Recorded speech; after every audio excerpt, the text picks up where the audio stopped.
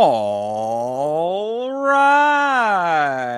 What's up, everybody? How you doing out there? Welcome back to the show. This is last week's fights. Tonight's show is partnered with the Amazon affiliate program. Buying the item of the week will offer a percentage-based commission to us with no extra charge to you. Stick around for more details, but simply put, click the link, buy the thing, support the show. It's just that easy. My name is Thinker St. James, and tonight we are going over each and every fight from UFC Fight Night, Walker versus Zhang, and the Contender Series, Dana White's Contender Series Week 2. And to do all of that with me, as always, the man, the myth, the legend, my co-host, the Ohio player, Chase Parton.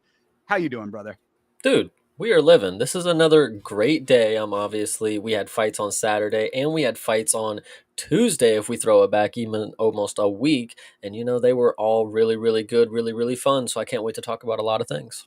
Yeah, same here. This was a good card. A little, another mixed bag, I would say, as far as the Shanghai card went. Definitely some goofy stuff on here, as almost expected, but it's always new and interesting goofiness that is why the sport is so entertaining, of course. And the Contender Series was really good, so we'll get into that in just a moment. Of course, if you are new to the show, we're going to be going over each and every fight from these two cards. If you got something that you want to talk about that is not related to the fight that we're talking about at the moment, throw it in the chat. We will come back to it. Remind us if we don't. But yeah, so that all being said, first off the bat, let's I gotta do one quick thing here. Give me just Yeah, 1 second. You absolutely. talk, Chase. Yeah, while Thinker's having a great time there, I just actually wanted to just emphasize that this was always going to be a banger of a night of fights because it was an early morning of fights for that we had Facts. on Saturday. But that is not the important thing right now. We're going to talk about Contender Series first. I even almost forgot and I almost jumped the gun.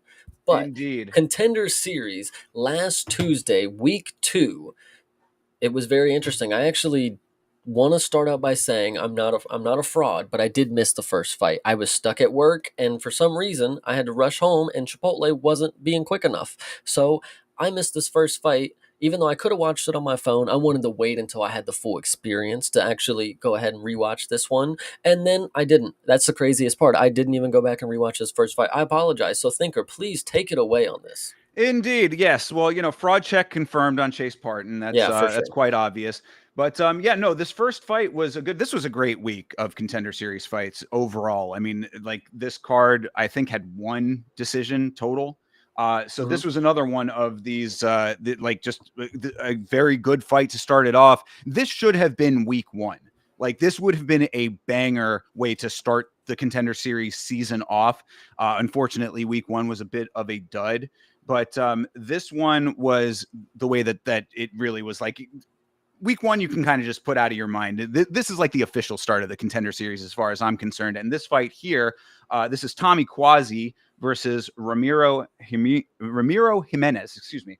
And yet Jimenez, beastly. I was very impressed with this guy. His striking was fantastic. His movement was really good. He's Mexican boxer style, I would say, real quick on his feet, fast hands kind of situation, but doing all of those things really nicely. And Quasi just couldn't keep up. That's basically what it came down to. Well, I was really hoping to have time to be able to watch a little bit of this fight. I didn't expect him to throw a guy who's going to obviously finish in the first round against somebody who's a plumber or something like that. Tommy, I don't know what happened here, but I did see the clip and I thought it looked a little early from just the perspective of the finish. But everybody was saying he was getting really beat up bad. So Yeah, if it wasn't then, it would have been whenever. I mean, it's, obviously that does not excuse an early stoppage if that's what it was. But this was one of those situations where it was a little bit of a skill mismatch, a little bit of an mhm. imbalance, I would say. Quasi was trying. I mean, he was out there like trying to make things happen, but it was like one of those deals that anytime that he would have a little bit of traction, it would just immediately go the other way. And it was very quick too. I mean, 2 minutes 53 seconds into the first round, this thing was over. So it really Quasi didn't, it was one of those types of deals. And this is why the Contender Series is so great in general, is that if you are a quick starter, then you have an instant leg up, because a lot of times these guys, bright lights, they're newer to the game, whatever the circumstances might be, like you establish dominance early, you can essentially finish, you can write your own ticket. Yeah. this was definitely that Quasi just couldn't get himself into, second gear quick enough or whatever. Definitely good that everybody seemed to enjoy this fight from Ramiro. Like I said, it was quick. I didn't get to watch this one, and I actually hate myself now that we're watching the stream, and I completely forgot about the first fight of this that I missed. But either way, very good that we got a contract out of him. We'll talk about it a little later if there was anything special said. But from what I heard, I mean, like this was a beatdown, and he was going to get a contract either way. I mean, walked in, walked out, and did it with solid. And of course, I've said it before. Uh, Mexicans, the PI, Dana, I don't know what it is with it, but he loves it. And this guy seems like prime candidate to end up in the PI. You gotta keep filling the pipeline of these PIs that keep popping up all over the world. You know what I mean? Mm-hmm. You got a PI there, you got a PI in China, whatever. Yep. Like, just keep pumping up the numbers and keeping them inside of the UFC system is, definitely a part of that. They want to have we talked about homegrown talent that, like, for other organizations wanting to have that. Well, UFC is the place to be as far as the highest level of the sport goes. And they also want their own homegrown talent within that system. So makes sense. Yeah, 100%. All right, well, moving on to the next one. All right, so we got to talk about this character here. This is Josh Hokett versus Guilherme Uriel is the other guy, Guilherme Uriel. But the story of the fight, obviously, is this Josh Hokett character. So fight itself, not bad, right? I mean, like this is a heavyweight, these two guys, and Hokett is a wrestler at heavyweight, which we need more of those. So it's understandable why they would bring this guy in and why they would want him in the mix.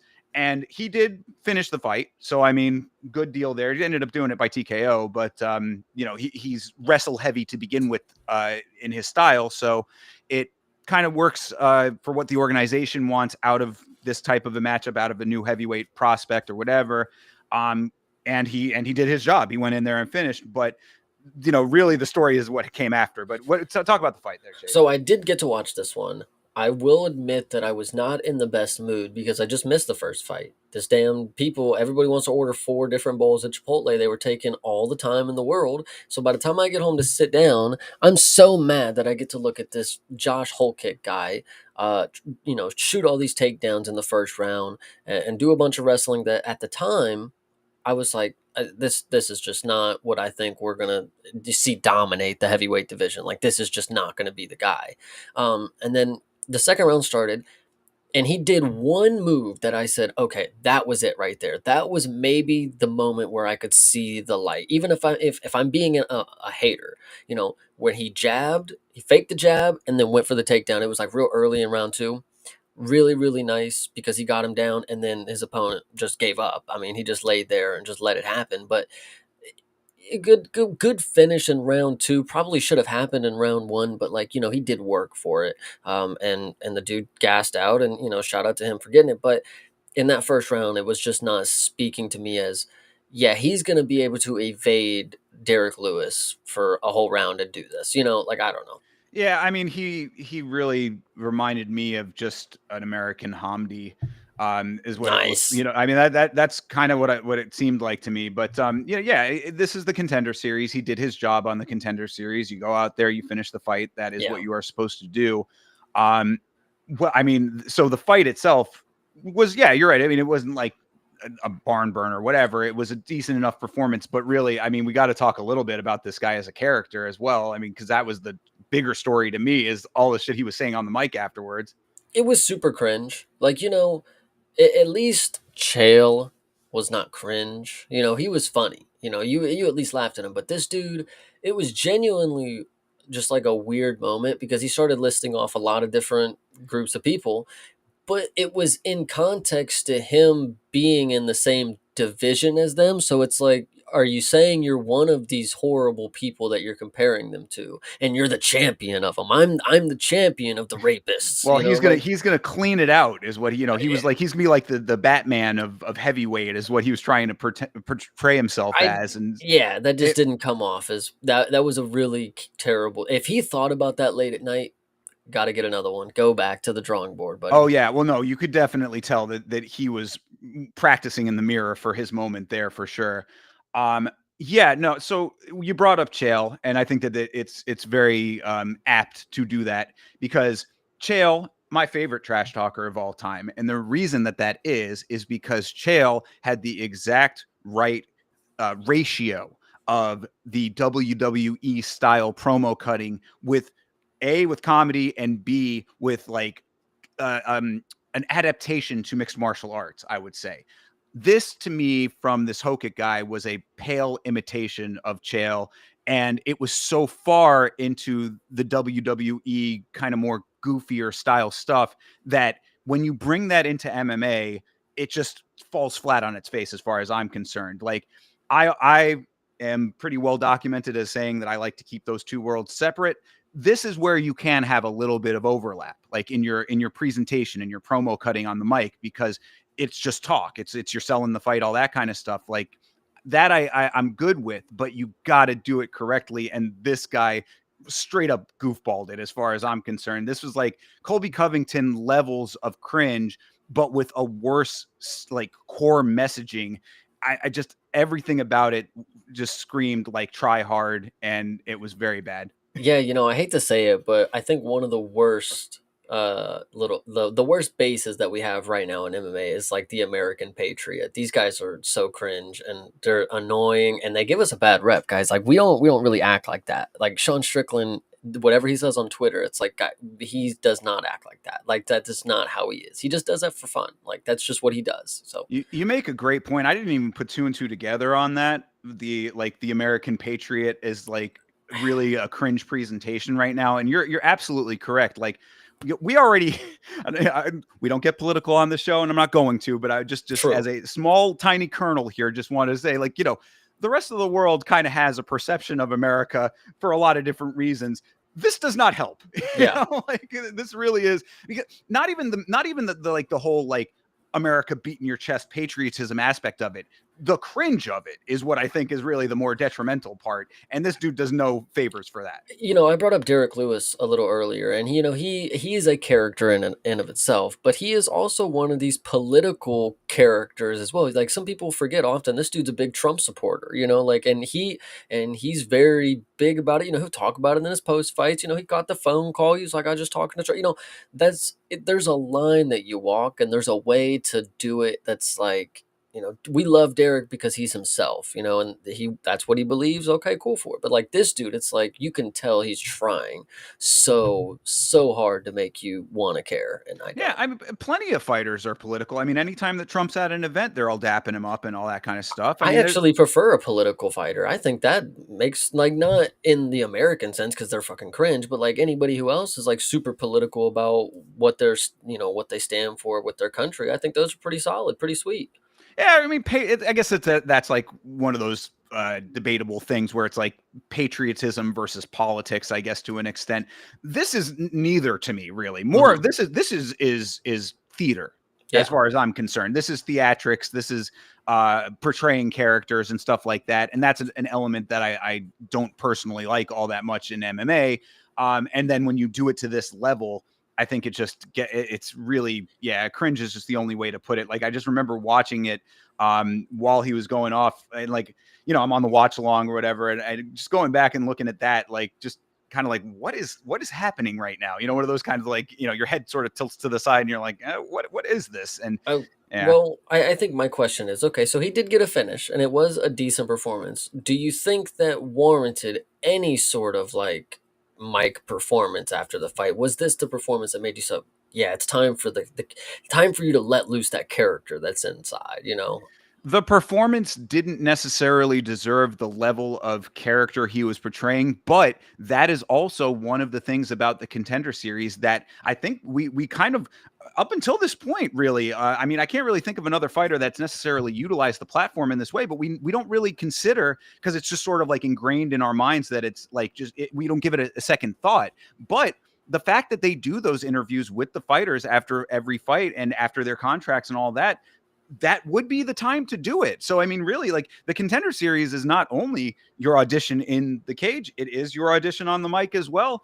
I guess at least give the guy credit for going for it as hard as he did, for that. So for that all, I guess maybe I'm rethinking just a little bit, because it is, I mean, they specifically interview every fighter for that reason. This is your time to be on the mic and do whatever you want. So there you go, I guess. But still, cringe as fuck, though, is my I final assessment. I actually dig the way that you're looking at it because it is really that you have your in ring tryout, and you got your promo tryout. I mean, if you make 2 and 2 work, I mean, they instantly throw you into the pay per view. I mean, look at Malcolm Wellmaker. I mean, and I think that's actually, I know it's maybe not what they were going for, but deep down, I think that's a psychological thing with it. Is like you give them a chance to be lovable, and then you sit and stew on it, and then when you see them again, the crowd goes crazy because the camera's on them, and then they get the contract, and then it's like, wow, when can we see him next? And it's like, boom, 2 weeks, 3 months, whatever you want to say.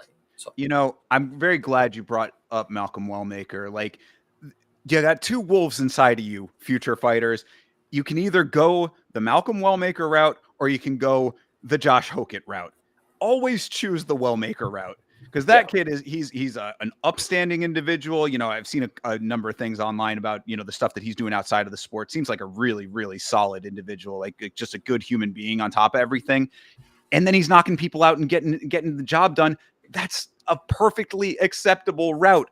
This guy over here took the I'm going to be the character. Shout out to TJF saying that the character is so forced. Yes, exactly. It's an imposition that you are putting on the audience to listen to this shit. Because think about it this way too, right? Like, I thought that it was very cringe, right? Had he not done that, I could have had a completely different perception of this guy. Like, I could be like, damn, Hokett, that might be the next guy up. Like, that might be my new guy. That might be my new heavyweight. Not off of this performance necessarily, but it could no, have been, I get what you're saying. I mean, this just makes people want to hate you. Like people just aren't gonna like they. And what's crazy is about business and about entertainment is that's also a good thing. Like we Right. all are gonna want to see Mario Pinto put this dude on his back, but like, is that gonna happen? Who knows? Maybe he's actually gonna be very good. So be be interested by the level that this guy will go to be in the spotlight. Like he knew this was his one chance, and like what could I say that's gonna shock the world? And that was what he got. And some people don't need to do that. Some people can just some people are real killers, and they go out there and they just speak random gibberish that I don't even understand, and it's like, whoa, shit, like, okay, good deal, like, and then they go on. So I don't know. Uran Satabaldiev needed 2 translators to get his message out in English, and he did his damn job. So That's you're what I'm exactly saying. right. It's like, yeah, it's like just come out and look mysterious. That's an easy character to play. I mean, you don't have to go over the top. I mean, Hokik, you're a pretty big dude and a wrestler. That probably would have been good enough. Like, wow, he's a heavyweight wrestler. But like now he's just the annoying cringe guy. But either way. Right. But yeah, exactly. But yeah, right. On the other side of the coin, we did just talk about him way more than we talked about Ramiro over here, who got a beautiful knockout and a great Yeah, performance. So shout out Ramiro. Literally, I'm sorry, dude. I'm my bad, bro. and it's When not you about get into the no, league, I yeah. get you. It's not about him or any of the other fighters. I mean, Josh Hokett, he commanded this amount of conversation out of us. So like, again, job well done. I understand being a heel. I get all of this. I get the pro wrestling side of all of this. And there is something to be said about keeping attention via that. Mhm. But like, again, there is a better way to do it in my estimation when it comes to this sport. If you want to be a pro wrestler, go pro wrestle. Then you Yeah. don't have to worry about actually knocking people out. How about that? I mean, like, what a great idea that is. You get to have a predetermined outcome to your matches there. You don't have to actually put the effort in to get a win. Yeah, hate to break it to you, a lot of these people they couldn't handle pro wrestling. The scheduling, nah. The travel, no, no. You Yeah, know how many people miss a day of work a year? These guys would never handle it. Get out of here. Either way. true. Well, whatever the case may be, shout out to Josh Hokett for getting this amount of conversation out of us and for winning his fight. We'll see how he does in the organization. All right, Louis Lee Scott. I got 17 minutes to beat, so we will talk about you in length, buddy. Let's go. Sure. All right. So this is was it Kaushik Saikumar? Yes, Kaushik Saikumar versus Louis Lee Scott. Go for it, man. I know that you like this guy. Yeah, Louis Lee Scott came in here, and to note right off the bat, missed weight. He was over. He says he has never done this in his career. He got a little sick, and whatever. Half a pound, though. Just to Yeah. keep it in context. They actually said they did some weird remedy. I think they did a salt bath, or they were about to do a salt bath to get that last half pound up, but they were like, just screw it. But either way, Louis Lee Scott comes in here at bantamweight as a Muay Thai guy, which you find out very, very soon because this dude puts the pause immediately on Saikumar. Saikumar actually, has some moments where he shoots for fucking heel hooks all throughout the fight. Like that's literally his fucking go-to. He's being trained by Ryan Hall. What do you expect? And it's funny when Ryan Hall walks out with somebody, you literally say, is he gonna heel hook him like all fight? Like, and then they go out there and they heel hook him all fight. Like it's ridiculously ineffective. Because one, you just don't score anything. Like as you see, Sycamore has 0 for 1 on takedowns, but like they got to the mat like 3 or 4 times off the heel hook kind of deal. So you don't score anything. You don't effectively get the position or submission. There were times where he could have gotten into a calf slicer, but Louis Lee Scott just maneuvered out of it and then kept the top position. Sycamore, I think he was failed by coaching. Not gonna lie, the Ryan Hall is not the game plan. And then what I also would like to say, in Sai Kumar, I thought his grappling was decent enough when he actually got a hold of him that like, okay, he can control, got the back, I think at one point, whatever you want to say. Louis Lee Scott actually like pulled him off. It was a really good scramble. But going for the heel hooks really screwed him over. And then late into the third, he was just getting butchered by Louis Lee. Louis Lee Scott was dominating him, mixing up every strikes. And we'll talk about the main event here in a little bit. I thought Louis Lee Scott mixed up his strikes, was more creative than anybody on this card. Like this is a masterclass when it comes to kicking the legs, stomach, elbows, strikes, hooks, uppercut. Like he was literally doing everything. And just when it was crazy to see because there was no pattern to his striking. Like he genuinely was throwing a different strike after every strike. And it was just really good to see. And then Sycamore, unfortunately, folds in the third. And it's not even that he gets, he got hurt to the body. Yes, he was hurt. And, this is where, listen, if you want to be a fighter, these are the moments that you really got to push through it. If the body's not shutting down, you better fight, you better go. I better see it. I better see the will to want to be in the game.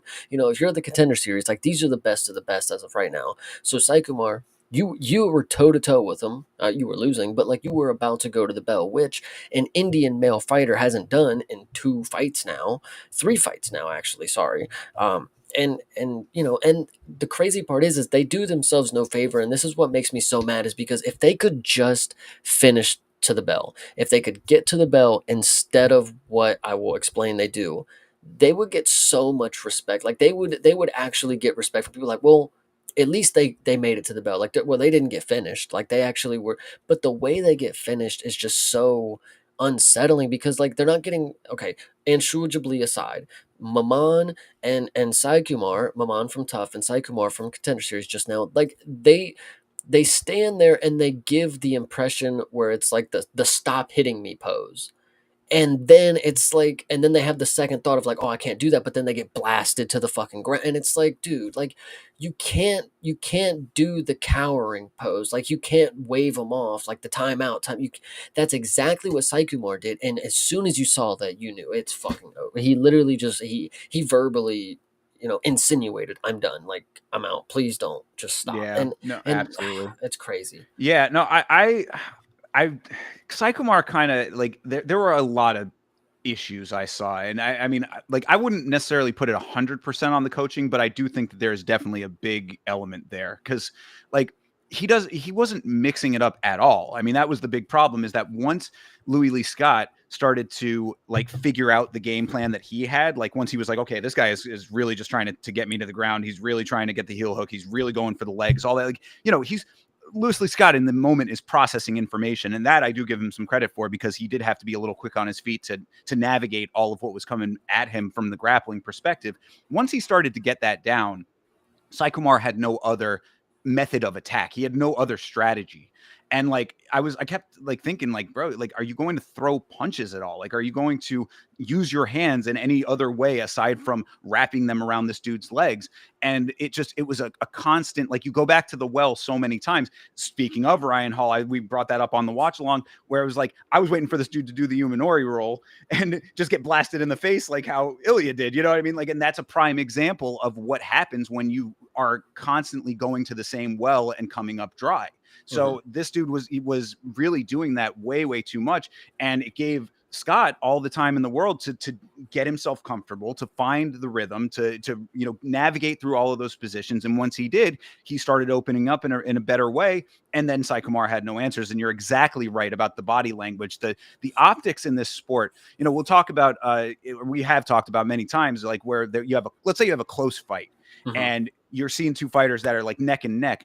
A lot of times the visual representation of the fighter, the way that they're carrying themselves, holds a lot of weight. It really, really does. I remember, I forgot which fight it was, but it was one of the female fights we were talking about recently where she had gotten cut.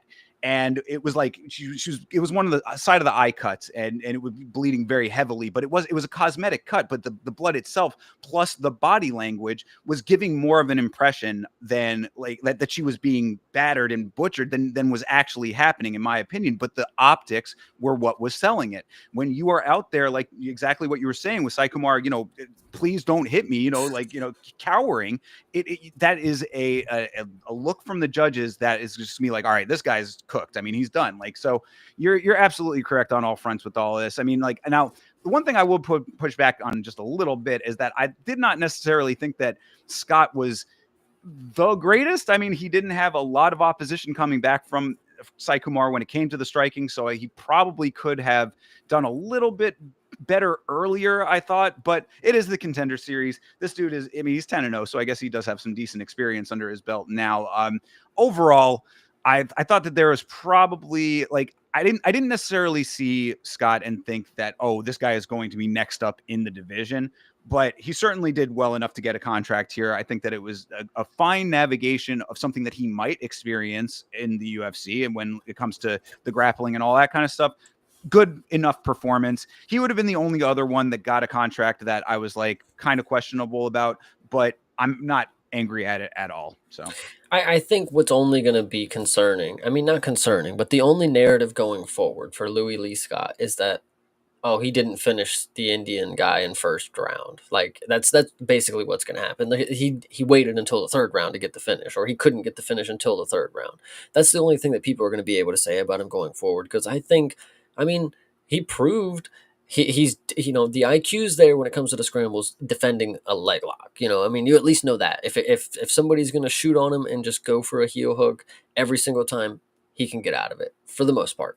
He can get it. He can get out of that, and he can strike his ass off. So as of right now, I mean, is he any better or less than Elijah Smith? I mean, who knows? Before the slam, whatever you want to say. I mean, Louis Lee Scott is probably going to be, I would say, a little better than that. Okay. True. Actually, before we move on from this fight, I do want to. This is actually a pretty good question that relates to this. Is that basically the gist here is like, how much do you think that the body language counts when compared to the striking numbers? Like, do you think that the judges are taking the body language into consideration more than the actual strike amount? I don't know about that, but I do know that the judging does not know the striking numbers. If we get a separate tally from the striking, they're just making their own assumptions out there because we already know the score. The people who score the striking, they're already fucking wrong. So the judging, they're going to be fucking wrong too. So whatever they see, that's law. And if they see a dude who looks like they're getting their ass whooped, they're just going to go with it. And we'll talk about it here in the China card. So absolutely, and that was going to be my answer as well. Basically, is that the optics are the strike numbers. Yeah, you know what I'm saying? Like, I mean, like what you even as a viewer, I mean, the judges are essentially viewers too. But even as a viewer, like you can tell when a dude is outstriking another guy, when a dude is getting his ass kicked. Like these are things that are like apparent unless it's extremely neck and neck. So all it is optics. Yeah, no, I'll give you a real answer right here. When you are a judge watching live, when you are a fan watching live, they're in an enclosed cage that does have blind spots. Judging could clearly not see a shot if it lands or not, if they're behind the fucking podium part of it, or the cameraman's big ass is standing in front of them, whatever you want to say. I mean, who knows how they're able to see how clear a shot is landing? Like, do you think that they're in the skybox and they have binoculars watching down on them? I don't know. I don't think that they're able to get, I think we have the best seat in the house at home, to be honest with you. But like, do the judges see what we're seeing? Probably not, because they're there's so many things going on. But what if the judge is ADHD, dude? Like the dude's getting popcorn over here, and then now there's a Pepsi product over there. What is this dude doing with his life? Who knows? And Right. it's just crazy to think about. Yeah, yeah, absolutely. So, the end all of that is just optics are the entirety of this sport as far as I'm concerned. So, you like to negate what you just described there, Chase, you create your own optics, you know what I'm Hmm. saying? And that's really what you need to do. So body language plus striking, Yeah. they're really one and the same in a way. All right, let's move on to the next fight here. This is Brandon Holmes versus Cam Rouston. Rouston got himself a nice knockout here. Not too much to say about this one, except that it was pretty dominant. I mean, Rouston looked good, and that's really about it as far as I can remember. It was another pretty quick one. Well, I mean, we'll definitely get into the discussion that I had with the Discord after this guy, but I will spoil the news for you if you have not heard. But he does have a fight booked for Perth. It is against the man, the myth, Andre Petrosky. Oh, let's go! I did not know that. I think I remember him asking for a fight in Perth, but I didn't know that he actually got one booked. That's cool. Yeah, that did happen, but it is a big jump up for Cam Rouston, and I'll tell you why. This is somebody who, and the Discord, they have labeled this guy as a killer, quote unquote, and I'm like, I mean, I've seen some pretty good people coming up, and contender series do normally breed a lot of good talent. I will admit this dude's good. I mean, he knocked somebody out on the contender series. Sure, he's good. But is he great? I'm soon to find out. Killer, we will soon find out. But like this guy, he lost to Torres Finney. I mean, he already had his debut. He already had his contender series shot, and he lost to Torres Finney. And then he wanted to blame the judges in his fucking contender series little promo or whatever. So he comes in here and gets a finish that's good, calls out for Perth, and he gets a really tough matchup. I mean, if you want to call out your shot in Perth on short notice, the people who are going to take a short notice matchup are tough matchups. So Andre Petrosky, I think, is going to have probably an easy time with this. And I hate to say easy that way, but like he has been in the UFC, well tested.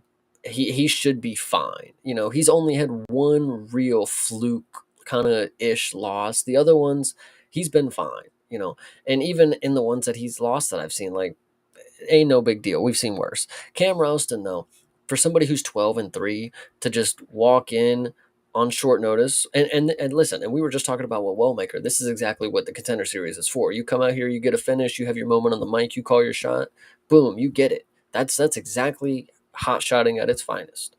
And if this dude can pull off the Andre Petrosky thing, I will admit that he's a lot better than I'm going to give credit for a 12-3 guy coming out of the contender series. I will say that.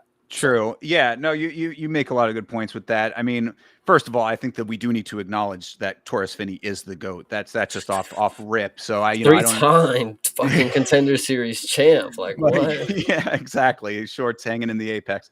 But I mean, the point does stand though. I mean, if Torres Finney is able to take him down, do all of what Torres Take him Finney all does, the way around town. I know you were about to that's say that. Like, exactly, dang. exactly. He's giving him a tour of the octagon. Then Andre Petrosky is definitely going to be able to do that. That's what he is known for. That's his specialty, is laying on top of people. Yeah.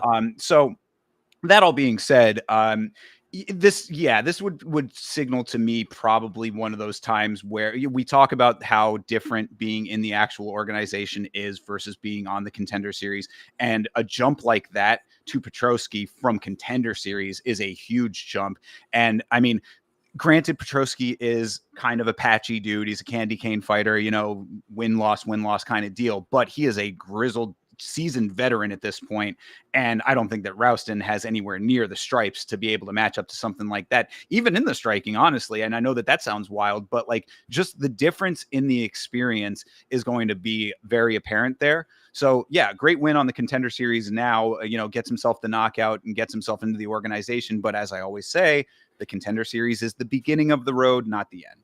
If this dude was unable to defend takedowns from Torres Finney that have no strikes to set them up, Andre Petrosky's going to box the bloody head off him and then take him down and then lay on him. But that's just my opinion. If I'm wrong, Cam Rouston, I will admit, if you win against Andre Petrosky and you knock him out or something, you will have a fan in me. And that's normally, listen, I'm not an easy client, I'm not somebody who's easy to please. Not everybody's the greatest to me They have to show me that they're great. Until you get that weathered opponent that I believe is truly worth, rooting for against you, and you prove me wrong, then okay, I have to believe it. Like, I have to believe you're better than what I thought was great, because I only root for great people. I'm just a great fighter type of guy. I don't root for bums. And so, Cam Ralston, I'm really excited to see what you're about to do, and I really hope that you prove that you are somebody to be, reckoned with, because this is a short turnaround and a tough matchup, and I am really excited to see it. So, shout out. Yeah. I mean, if he can defend the takedowns from Petrosky, then yeah, you'll definitely make a fan out of me. It's like I was just having a conversation with our buddy Rwand recently. Shout out to Rwand, the goat. But he was asking me, like, if Pereira beats Ankalaev, do you think that he'd be pound for pound? And I was like, only if he is able to withstand some ground game, because that was the big glaring hole. And to me, the pound for pound needs to have no holes in the game. It needs to be able to be great everywhere and do everything. So I say that to say, if Cam Ralston goes out there and knocks out Andre Petrosky, cool, great. That's really, really good. Now you've knocked out a veteran and coming off a knockout win on the Contender Series. Fantastic. But it would not signal to me that his game is holeless. You know what I'm saying? Like, you need to be a well-rounded mixed martial artist in this sport. So I need to see that as well. And if he's having problems with Torres Finney, has problems with the Andre Petrosky's takedowns, whatever, we'll see. I mean, these are all going to be, things that will come to light over time. I'm just saying I need to see a little bit more. So when you say, it's like if he beats Andre Petrosky, that's great. I want to see all of the skill set before I can make an accurate assessment. 100%. I definitely agree. And I think that leads perfectly into this next segment for the next fight. Sure thing. Well, this is the featured fight on the week 2 of the Contender Series, and this was an absolute banger over here. This is Manuel Exposito versus Jose Delano, and I was very impressed with both of these guys. I want to know, well, like, okay. What, Chase? What? Listen. So we're talking about not showing holes in the game. Okay, Jose Delano did striking. He did the striking thing against an opponent who clearly didn't know how to throw punches or defend punches. That's why I'm like, how are you so impressed with our guy from Argentina? Now, shout out to him. He can take a fucking punch. Like, this dude can get cracked for 3 rounds and his head doesn't move when it happens. That's the craziest part. But in no way did he have a chance here. Like, this was another one of those, they matched up 2 different levels of skill here. Like, this guy is just on another level of striking, and I don't know if Exposito was like a wrestler or they expected him to actually have something different to offer, because, like, if he's a knockout guy, boy, did they miss the mark. All he does is just throw big old bombs and miss. Like, did people stand in front of him for 3 or 6 fights or something? Like, I don't know. How did he get 13 wins if this is his striking? Like, it was actually pretty nuts to see. And the fact that he didn't go down was pretty nuts. I mean, he did show some pretty big heart. He was getting fucked up, but Jose Delano didn't show me that he could defend a takedown, if he knows, how to throw a submission up, or he knows how to defend if somebody walks him down, things like these. This isn't the performance that I was going to see it, but I'm just saying, I don't know if those things are in his game, because all I can see is him throw punches at a guy that doesn't know how to do anything back. Well, he did get clinched up a couple of times and was able to fight that off. So, I mean, Fair. Okay. there is that aspect of it for Delano. But okay, we got clinch striking and striking. I'll give it to you. Okay. well, I would class that as takedown defense to an Okay, extent. fair. I mean, it wasn't like he was going for like the double leg and got around his waist or anything, but he was at least able to stay on his feet when there were attempts there. I mean, and obviously, I mean, there were 2, so he did have to get back up at a couple times, So, but either way, I mean, I think that what was impressive to me was the movement of Delano. I thought that he was really, I felt, just outmaneuvering a lot of the time, and that Exposito just wasn't able to get the striking off that he might have otherwise had. Like, he definitely did not seem like the fastest competitor, Exposito, and Delano, I think, was using that to his advantage.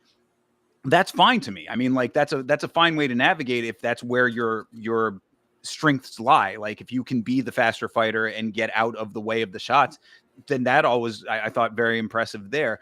Exposito was definitely taking a good amount of shots. The one thing that I kept saying over and over on the watch along for this was that I just felt that Delano did not have a lot of power in his hands. That would be the detriment to me, because I think that once you get a little bit more evenly matched with some of the fighters that you're going to be facing in the division when you're in the organization, the power is going to be a big differentiator. Like, the speed is going to be almost even, I would think, with a lot of the fighters that you're going to be going up against, and you're going to have to be more powerful at that point. But yeah, as far as Exposito goes, like I was impressed with the fact that he was able to keep going forward, because that to me was what was standing out. Was you could definitely tell that the guy has heart. And how many times have we seen, bro? We were just literally talking last week about the guy who fought Hamzat's little buddy there and just folded to one kick. You know what I'm saying? So it's like, at least I was seeing a fighter that wanted to win. He was not backing down. And that's where like the power differential came into play. Because it's like, he was walking forward. Yo, punch me again, dude. I'm gonna take the shots. Like, I will try my hardest. So I was at least impressed with that, even if the hands weren't there. I 100% agree with all that. I'm excited to see what is next for a lot of these people. This was the first week of the year that we got 5 contracts signed.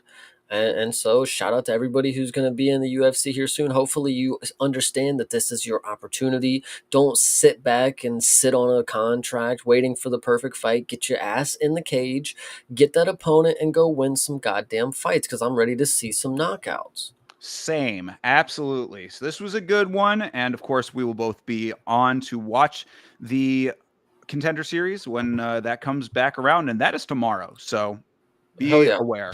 Hell yeah. All right. Well, before we move on to the big deal of the evening, the Shanghai card, Chase, what's up? I wanted to give everybody a shout real quick. If you are listening to the stream right now, I want you to be known that there is a link in the description for the item of the week, and it is going to help you going forward in the sport. It is called Mixed Martial Arts for Dummies. Everybody, this is the item that you should be clicking on right now to show a lot of support for the channel and make sure that you know that Frank Shamrock. It wasn't Ken, it was Frank Shamrock. That is the author of this, and he obviously is going to give you guys great pointers on what not to think when you're watching some of these fights, and we're going to get into a lot of things that you shouldn't be thinking.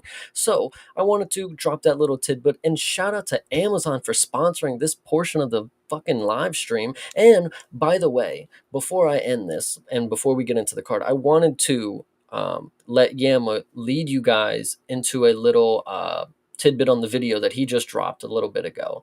Go talk about that. Sure. Well, yeah, just to finish this up real quick. Yeah, if you click the link, there's no extra charge. It's just a pass through. You click, you buy this item. We get a little bit on the back end. No extra charge to you. So support the show. Easy way to do it. Yeah. That being said, let's go back over here. And there was a mention earlier in the chat. Shout out to Beeb always, who was asking about the situation with Raja Jackson. And a couple people were talking about that. Also, Sigma brought that up as well. Shout out to everybody who's hanging out with us live. Appreciate all you guys. So yeah, I mean, I really, put a video out about it, gave my thoughts about it. There is a more definitive video that I have found that has a little bit of extra footage in there. And I'm hoping that within the next couple of days, I can get a reaction video out going over that video, because it does add a little bit more context. Obviously a terrible situation. I go into all of the details that I had at the time in the video that I made. A little bit of extra context maybe coming a little bit later in the week, so keep an eye out for that. Chase, I mean, we haven't talked about it on stream at all. Did you have any thoughts you wanted to add to that whole conversation? No, I actually think a lot of the opinions that I share are in the latest video that Yama has posted. If you really want to hear a lot of things that I probably would agree with publicly, you should go watch the video that Yama has out. I share a lot of opinions with it. Appreciate that. And yeah, I mean, it's really, honestly, I don't even want to bring the vibe of this stream down by going into it, because it's such a horrible, honestly, a legitimate tragedy in my opinion. And there's a lot of reasons for it. And again, I don't mean to keep teasing the upcoming stream, but I do, if you watch the video that I did, I really do recommend that you at least catch the VOD or try to catch the stream live, because I think that some of the additional context that I'm going to have from this other video that we're going to be watching adds a lot of greater surrounding elements to why all of this took place. So we'll leave it at that, and we can move on to this card. Yeah, absolutely. I didn't want to throw the whole wrench in the mud, but I did want to give you a shout out on the video, and obviously people were asking about it. So, if you are curious, again, one more time, make sure to watch the latest video that Yama put out on the Raha situation. Appreciate that. Absolutely. All right. Well, let's get into the meat and potatoes over here. This is UFC Fight Night. Walker versus Zhang. This took place in Shanghai, China at the Shanghai Indoor Stadium. Off rip, I love the fact that the Shanghai Indoor Stadium is just called that. We are in an era and a time where the sponsorships are, we've got the BBC arena. Exactly. I mean, so like I up there on my big shelf of DVDs, one of my favorite movies is a movie called Basketball. And if you have never seen Basketball, highly recommend. One of the funniest movies of all time, in my opinion. But they make a joke in there that you've got like the Preparation H Arena and the Tampax Arena, Tampax Stadium, all this kind of stuff. China, it's the Shanghai Indoor Stadium. Where is it? It's in Shanghai. What is it? It's an indoor stadium. Nice. End of story. Get out of here. Yeah, no, I actually loved it too. I was explaining, because I go into my real life and I talk to people about fights and the experience, because these are different cultures and different regions. Like, the arenas are not just made for the everyday event where they put up a cage in the middle of it. No, this is an arena where the middle of the fucking thing is. It just feels different. I don't know, guys. It's hard to explain. Like, when the opening shot, you could see like this is a place to watch fights. Like, this is not a fucking indoor volleyball arena. Like, I don't know. It's just, it was massive, by the way. Like, it went, like, you saw the crowd shots, man. It goes up so far. I was like, man, these guys are really packing it in. And of course, you and I just did our review of the Smashing Machine, and obviously China and Japan, two different countries, of course. But what stood out to me from the crowd elements of Smashing Machine was just how many people they pack in and what the interest in the sport is. So it was really nice to see that from the Chinese crowd as well. Hydra just brought up the best question, of course, with pertaining to the crowd. The crowd was awesome, and it wasn't because they were like booing when they needed to be, but like they were bringing the energy. Like, when the fight was high up on their guy, they were up. When it was down, they weren't up. They were crickets. Like, there was nobody supporting the outsider, whatever you want to say. And like that, it's a cool vibe when you can feel that everybody who's there is like actually engaged in what's happening. Like, it's like there's like a sound wave going on, and you can just feel the energy. Even at home, you could just feel the crowd going crazy. So, well, yeah, the one thing with that was interesting to me was obviously culturally, China is they're a little bit more regimented. They're not as loose. They're a little bit more. I would say conservative is not the right word, but they're kind of, again, regimented. They're very strict with their presentation, and so it was like every time that there was a shot that would land, you just heard in unison the big pop, and then it would drop. And so it was just like, man, they really are they work as a unit. And I thought it's like the Wii crowd. Yeah, right. Yeah, exactly. Just up, down, up, down. Yeah, exactly. So that was very, very neat. Yeah, I thought the crowd was great. I thought that the vibe was really cool. And as you had mentioned at the start of the stream, it was early in the morning for us. This was a fine card to get up at 3:00 in the morning for.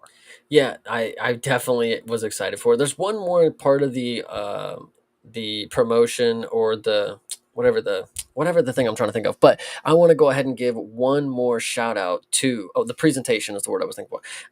The translator. She was awesome. We're gonna go ahead and shout her out early. We're gonna go ahead and, if we need to find her name, can somebody go ahead and find it? She needs to be in America translating to any language and I don't even care. She could just do it to China. Like, she could literally have her own broadcast booth, and I would watch. She's cool. So, Chase, I pride myself on the motto of pimpin' never simpin'. That's kind of how I try to live my life. I stand translator girl, adorkable little nervous translator girl is Bay. That girl, she was a cutie patootie, and every time that she would be out there with her little notepad, I was just falling in love each time, over and over again. So yes, translator girl was the GOAT of this event. Absolutely. People were getting on her case for not knowing Volkanovski. She's a casual, bro. What are you gonna do? Like, she's out there. She's trying learning her languages best. too. Exactly. She has multiple languages that she knows. She's nervous as hell. She's got her notepad. She's wearing a nightgown basically, like she. It looked like when you're like with a chick and she puts your shirt on the next morning. Like that's kind of what it looked like to me. So like, so all of these elements, play into her being in there. You got to cut her some slack on the Volkanovski thing because she was the cutest thing on this card. Definitely cuter than the other translator that they had. One of the guys who I think it was was it Yisha? I think it might have been Yisha who has had his own translator who's a dude. And I was like, where did this guy come from? But whatever. Anyway, so yes, no, translator girl was great. You want to talk about some fights? Yeah, no, dude, I'm ready. Yeah, no, we could talk about the translator girl some more. She was cool. Oh, I certainly could. All right. All right, let's get into it, though. This first one up here was Uran Satabaldiev versus Dair Nurgashai. This was a really nice performance for Uran. I hate myself because I'm really good at what I do and what I do is make hunches. And so I actually found out that Uran and Miktabek, they are friends or uncles. They're close friends, probably uncles is what they say, but like they grew up together kind of deal. Okay. So when I heard that, I'm like, oh yeah, so he definitely knows how to grapple. I don't care how many knockouts he has. He knows how to wrestle. And when I saw the sub line was plus 800, I said I was really hoping people would take it because I was really confident because this Dair Nurgashai guy, I was sorry guys, this guy is just so not great, and we knew it. Like we knew he wasn't good, and we watched him lose to a guy who threw 3 strikes and then put up one of the most rare chokes in the game. Like it genuinely was hilarious to just like to know that you give a guy who grew up with Miktabek, he gon' choke a guy out, and you know it for facts. Like that's just how good the aura of Urabai is, and that's all that I'm gonna go ahead and chalk this one up to. Like I knew he was gonna choke him out. Did I think he was gonna do it with the Ezekiel choke? No, but like I also would like to note I ain't had a day of training in my life, but I was thinking, I even was sitting there like, man, he's setting up the Ezekiel choke like Volkov did that one time. Like, it's you can just see it sometimes. You guys are just, if you're locked in, you're locked in. Literally have Volkov would be proud in the notes. Nice. Very, very nice. No, this not only did he have that, the rare Ezekiel, but almost got a very nasty Kimura for a second there too. That was almost tough to watch for a minute.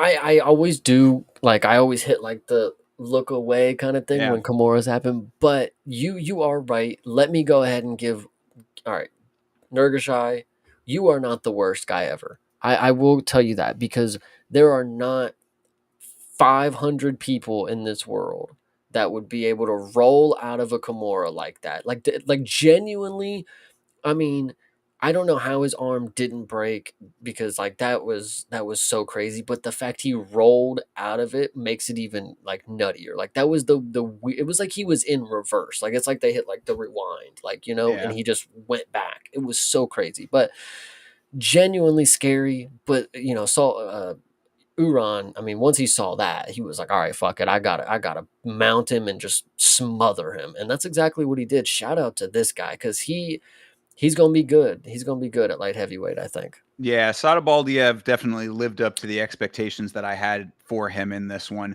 Also, I mean, we talk about all of the submission game stuff, but don't forget that this all started with a cannon shot that he landed, which was really, really funny to me because like the way that he cocked back, bro, like he literally drew back and fired and it just landed perfectly. Yeah, I mean, Nurgashai just ain't it, bro. I mean, like we kind of knew that already, but like this certainly showed it. I actually I'm excited to go through this card because it was so early after an all-nighter party. I'm telling you, I forgot. Yeah, dude, that shot he landed on him. You're right, dude. He just cocked that motherfucker back and just whopped it. And then it's crazy because like this dude landed 3 strikes, bro. And you're gonna tell me you got dropped off of the like, come on. It's not even like he grounded pounded him either. He had no ground strikes that came after it. He said he set him up. He was like a 1, and then maybe threw something else out there, and then just cocked back the right hand and just dropped him. Like, what in the world? Like Nurgashai had no answer for it. Like that's the craziest part. Like, and then he goes to the ground, almost gets his arm ripped off. Like this guy stepped up and fought a guy 60 pounds heavier than him in his last fight or some shit. Yeah. And like, shout out to him. I mean, don't get discouraged by anything. Come in here and fucking kill this guy. I love it. This Yeah, guy's I say, awesome. I think I said exactly that. Uran Satabaldiev is like he's next up on the list of guys that I'm rooting for. I really like this guy. Yeah, he's about as Um, shit. he's in the cool hat club as well. Had a cool hat, appreciated that. And also, this was our first instance of dueling translators because we had Russian translator and Chinese translator. And I wanted to give a quick shout out to the Russian translator guy, the bald dude. He never gets as much love. You know, I likened it to Bruce Buffer and Martinez because like Buff obviously is the man, but Joe Martinez is a perfectly fine announcer as well. But it's like, you know, their levels. So Fabiano gets a lot of shine off of his translation, but I don't even know bald translator dude's name. I got to find out the guy's name so I can shout him out properly. But yeah, you know, big shout out to that dude as well. And shout out to Uran Satabaldiev for getting the job done because he really went out there and did the damn thing. Nurgashai didn't even have time to do his little eye wipey thing. He did it a couple times, but like, you know, it wasn't as prevalent as it would have been if the fight had gone on longer. I wonder. I actually would love to go back and watch the clip again. Did he actually wipe his eye right before he got fucking destroyed by a right hand? Like, I don't know. It's true. I'd have to go back and check on that one. But either way, I mean, the fact that that is even a tick in the first place is just so wild to me. But regardless, Satabaldiev gets the job done. Shout out to that guy. 100%. All right, moving on to the next one. This is Zhao Long versus Su Young Yu. Now, I mean, you have been talking a whole bunch about you having staff. I looked Dude. it over. I saw he had a little bit of weird stuff on his chest, but on his face, it looked maybe acne. I don't know. I'm thinking it was either hives or staph. When you watch the pre-fight promo video and he's talking, dude, he's got it like all in his eyes and like around his eyes and then his neck, of course. And then, dude, if you in the fight, yeah, the bruising and stuff, yeah, it looks like the cupping stuff. But like if you look at his shoulder, dude, it's like he's been scratching himself like tremendously. I don't know what was going on with Su Young Yu, but it definitely concerned me after I picked him. I'm sitting here putting money on a dude who looks like he's visibly breaking out to something. And we've already seen that Brian Ortega had to be hospitalized and then they continued to make him fight. I would assume Su Young Yu probably needed to pull out as well, but we don't pull out in China. We're not fucking up the promotion, buddy. You're going to fucking fight. So he probably came in here having an allergic reaction to something, shellfish related. I don't know, whatever happens out there. But like, Su Young Yu still put on a masterclass performance on the feet for a dude against an opponent like Zhao Long, who's very wild, very confident in his striking too, which is very deadly combination. You know, he's wild, he's good, and he's confident. You know, it could be deadly. Su Young Yu though, as somebody who's supposed to be a jiu-jitsu guy, is only a striker, and he's pretty damn good at it though. That's what's funny about it. Is like I guess it's just a ploy. I think it really is a ploy. I mean, that was going to be my big lead-in note is that I'm tired of this guy calling himself Jiu-Jitsu yet never grappling. Stop teasing us with this nickname and not delivering on it because this dude did literally zero of it. I mean, there was nothing as far like they're counting. Yeah, okay, never mind. I read a different stat and I was like, where the hell did 4 takedowns come from? No, that is not the stat. So that did not happen. Nothing. Nothing grappling wise at all.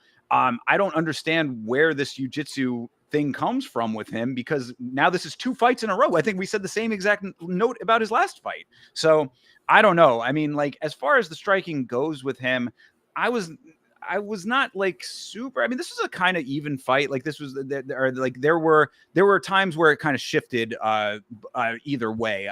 I remember. I mean, like I thought that it was a little bit of a robbery, honestly. Like I mean, it's a petty theft. That it was what I thought. Because I gave Zhao Long 2 of those rounds. See, and this is what's crazy because we're going to talk about another fight later. Is I genuinely think Su Young Yu won this. Like, I mean, this was no like me and a leader talking, and you know, every time after fight, he's like, "Dude, I think Zhao Long won that first round." And like, I'm sitting here very confident, like, "Oh no, you know, Su Young Yu won that first round." Second round happens, he comes in, he's like, "Zhao Long probably won that second round as well." I'm like, not a chance. Now, second round was definitely Su Young Yu. Third round, I'll give it to you. I'll give Zhao Long the third round, if anything. But in my opinion, Su Young Yu was clear cut the favorite until he started to gas out towards the end. But he was really cooking him on the feet. He was too evasive. He was too locked into the moment. Zhao Long really did, like, look, 229 strikes thrown and he only landed 81 of them. Like, I mean, Su Young Yu on paper, from what the judges and the score and the stat keepers are looking at, I mean, he was really locked the fuck in on defense, and shout out to him. I mean, he, I think it was a good performance, and we'll talk about another one later that maybe is the same type of performance where it's close and you could be on either one. But yeah, I had money on Su Young Yu, and that's how it goes. Yeah, that's my boy, and he won. Yeah, I mean, I also picked him and worked out, so I was good with that, but I was a little skeptical. I thought it was 1-1 going into the third. I gave you the second round. It really didn't start turning up until the third round. I mean, like they Mhm. were kind of point striking a good amount of it. Even though Xiao Long was like kind of wild at certain points. Like I guess they were saying his trademark is the jump knee, and I was like, well, he needs to tighten that bitch up if that's that's the case, because that was not Oh, very impressive. no, they when they started the fight, they went for the glove touch, and Zhao Long ran across the cage and tried to do the knee, and they're like, "That's his move. That's his move right That there." Yeah, exactly. I was just like, Okay, I guess. I mean, like it certainly didn't look like it should be his move if that's the case. But so yeah, but they start getting a little bit more heavy in the third round. I thought that Zhao Long landed the better strikes in that round, but I was kind of impressed with the elbow spam at the end. Now, granted, it is not strategically savvy, so keep that in mind. The elbow spam is gonna, for a different fighter, is gonna people will be throwing overhand looping shots right over that all day long. But it was certainly entertaining. These guys, they did the Max Holloway for the entire last minute of the fight. That was pretty funny. It's like Yeah, they had so much time on the clock. I don't think they realized it, but like they went for it, and Zhao Long is doing like his little like his little moves, and then Su Young Yu is obviously throwing back, but they went on for so long. Like, and that was genuinely hilarious. Like, wow, this is what the China fans really deserve, is a fight like this. Like Korea and China having a showdown in the middle of the fucking cage. Neither of them going down. It goes down to the bell to a split decision. Gotta love to see it. yeah, true. So, I mean, like I said, I didn't agree with the decision on this one, but it was close. I mean, this was petty theft at best, as far as like the optics of it to me, because it was definitely closer than it should have been. Like somebody should have pulled ahead a little bit more to make this more definitive, in my opinion. Mhm. But it is what it is. I just thought it was kind of interesting if like the hometown goes in the wrong direction. It almost feels like they're trying to play like the "we're not biased" card a little bit, but I don't know if that's necessarily what this was. I'm not super upset by it not going the way that I thought that it went. Like I said, I picked you to win the fight anyway, so like it worked out in my favor. But just being unbiased, I thought that it was maybe a little bit wrong. But either way, one other thing to note though, before we move on, is did you catch that instance? They did the picture in picture of Zhao Long's corner man between rounds, literally picking him up and carrying him to the corner. Well, listen. I have another thing that we'll add on the end of this too, Okay, but sure. I showed you the clip in Thailand where they were picking the females up and carrying them to the corner.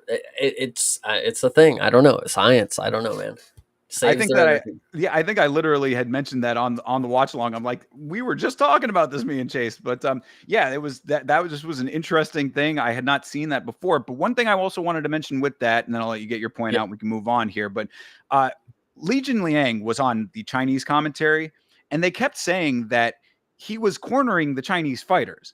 Um, what the reason I bring that up here is because that's where they picked up Zhao Long from. Was he was in front of Li Jingliang getting advice, and he got picked up and brought to his side of the cage. This should not happen. This is something that I do actually kind of have a little bit of a hard stance on. Like, it should not be allowed that there is like American commentary should not be doing that. No commentary should be in there giving advice to the fighters. Like that's to me an overstep and kind of a conflict of interest sort of thing. I would not be okay with that. If I was See Young Yu, I would that would be something that after the fight I would probably have something to say about, because I like that you should not be getting an extra boost because you're in your home country. I kind of agree with that. Yeah, no, I definitely agree with that. That is kind of weird. I guess I didn't really put two and two together on that. I don't know. I'll have to think about that. What I really feel about that. Interesting. But the one thing last that I wanted to note is when you know how they do the side by side when they're announcing the fights. You know when they're announcing the winner or whatever. Yeah. If you watch them announce Su Young Yu, you will watch Xiao Long look like the world has just beat the fuck out of him, bro. Like, dude, he's standing there and they keep the camera on him so long and he's so he's what do you like? Really? Like he's about to cry, dude. It was the craziest thing ever. I felt so bad. I'm like, wow, I'm glad I won money, but damn, he looked like he lost everything. Like, It's funny that you do mention that because you've mentioned things like that in the past, and like I don't always pick up on that, but this time I did, and I was just like, oh man, soul sucking. That would have been a perfect one for somebody to do, like how people do those fighter edits or whatever on like Instagram. It would be perfect because that is how could this happen to yeah, me? Like yeah, that's definitely one of those like right there. yeah. Yeah, that it certainly was unfortunate. I kind of feel him though. Like I said, I thought he Dude, won the fight. So well, and this is somebody that like when you're watching the sport, like he just came in from the road to the UFC. He put on a great performance, and he comes in here and puts on another good performance. But like you just know that he cares. Like he really cares about this shit. Like that broke his fucking heart, bro. Like he didn't win in front of his home country. Like I mean, what else is there for him? Like yeah, so yeah, I get it. I do get it. But shout out to him though, because it was a competitive fight. And so for you were sure. like what you were talking about with the Indian fighter from the Contender series. Like this is one of those ones where it's like both guys get to the bell. It's like you really can't fault either of these guys as far as like their effort goes. Yeah, They definitely neither of them have anything to be ashamed of. I would say. 100%. All right, moving forward here. Speaking of something to be ashamed I of, mean, bro, let's get into it. Yija versus Weston Wilson. Now, coming into this fight, we're on the watch along. Shout out to everybody who was up early on the watch along. It was a really fun one. Hydra in the chat was one of those people. Appreciate you. But yeah, so we're talking about Weston Wilson coming in this, and I was saying like, man, Weston Wilson is just a bit of an aura vacuum. He's like he might be a legitimate NPC of this sport. And I'm sure he's a nice guy. This is not a personal statement. There's nothing to do with him as a human being. But like commentary had said that Weston Wilson asked for this fight specifically. He wanted to be here and he wanted to fight Yija. I said, why did Weston Wilson fly all the way to China for this? What? Explain this to me, Chase. You got to know more than I do.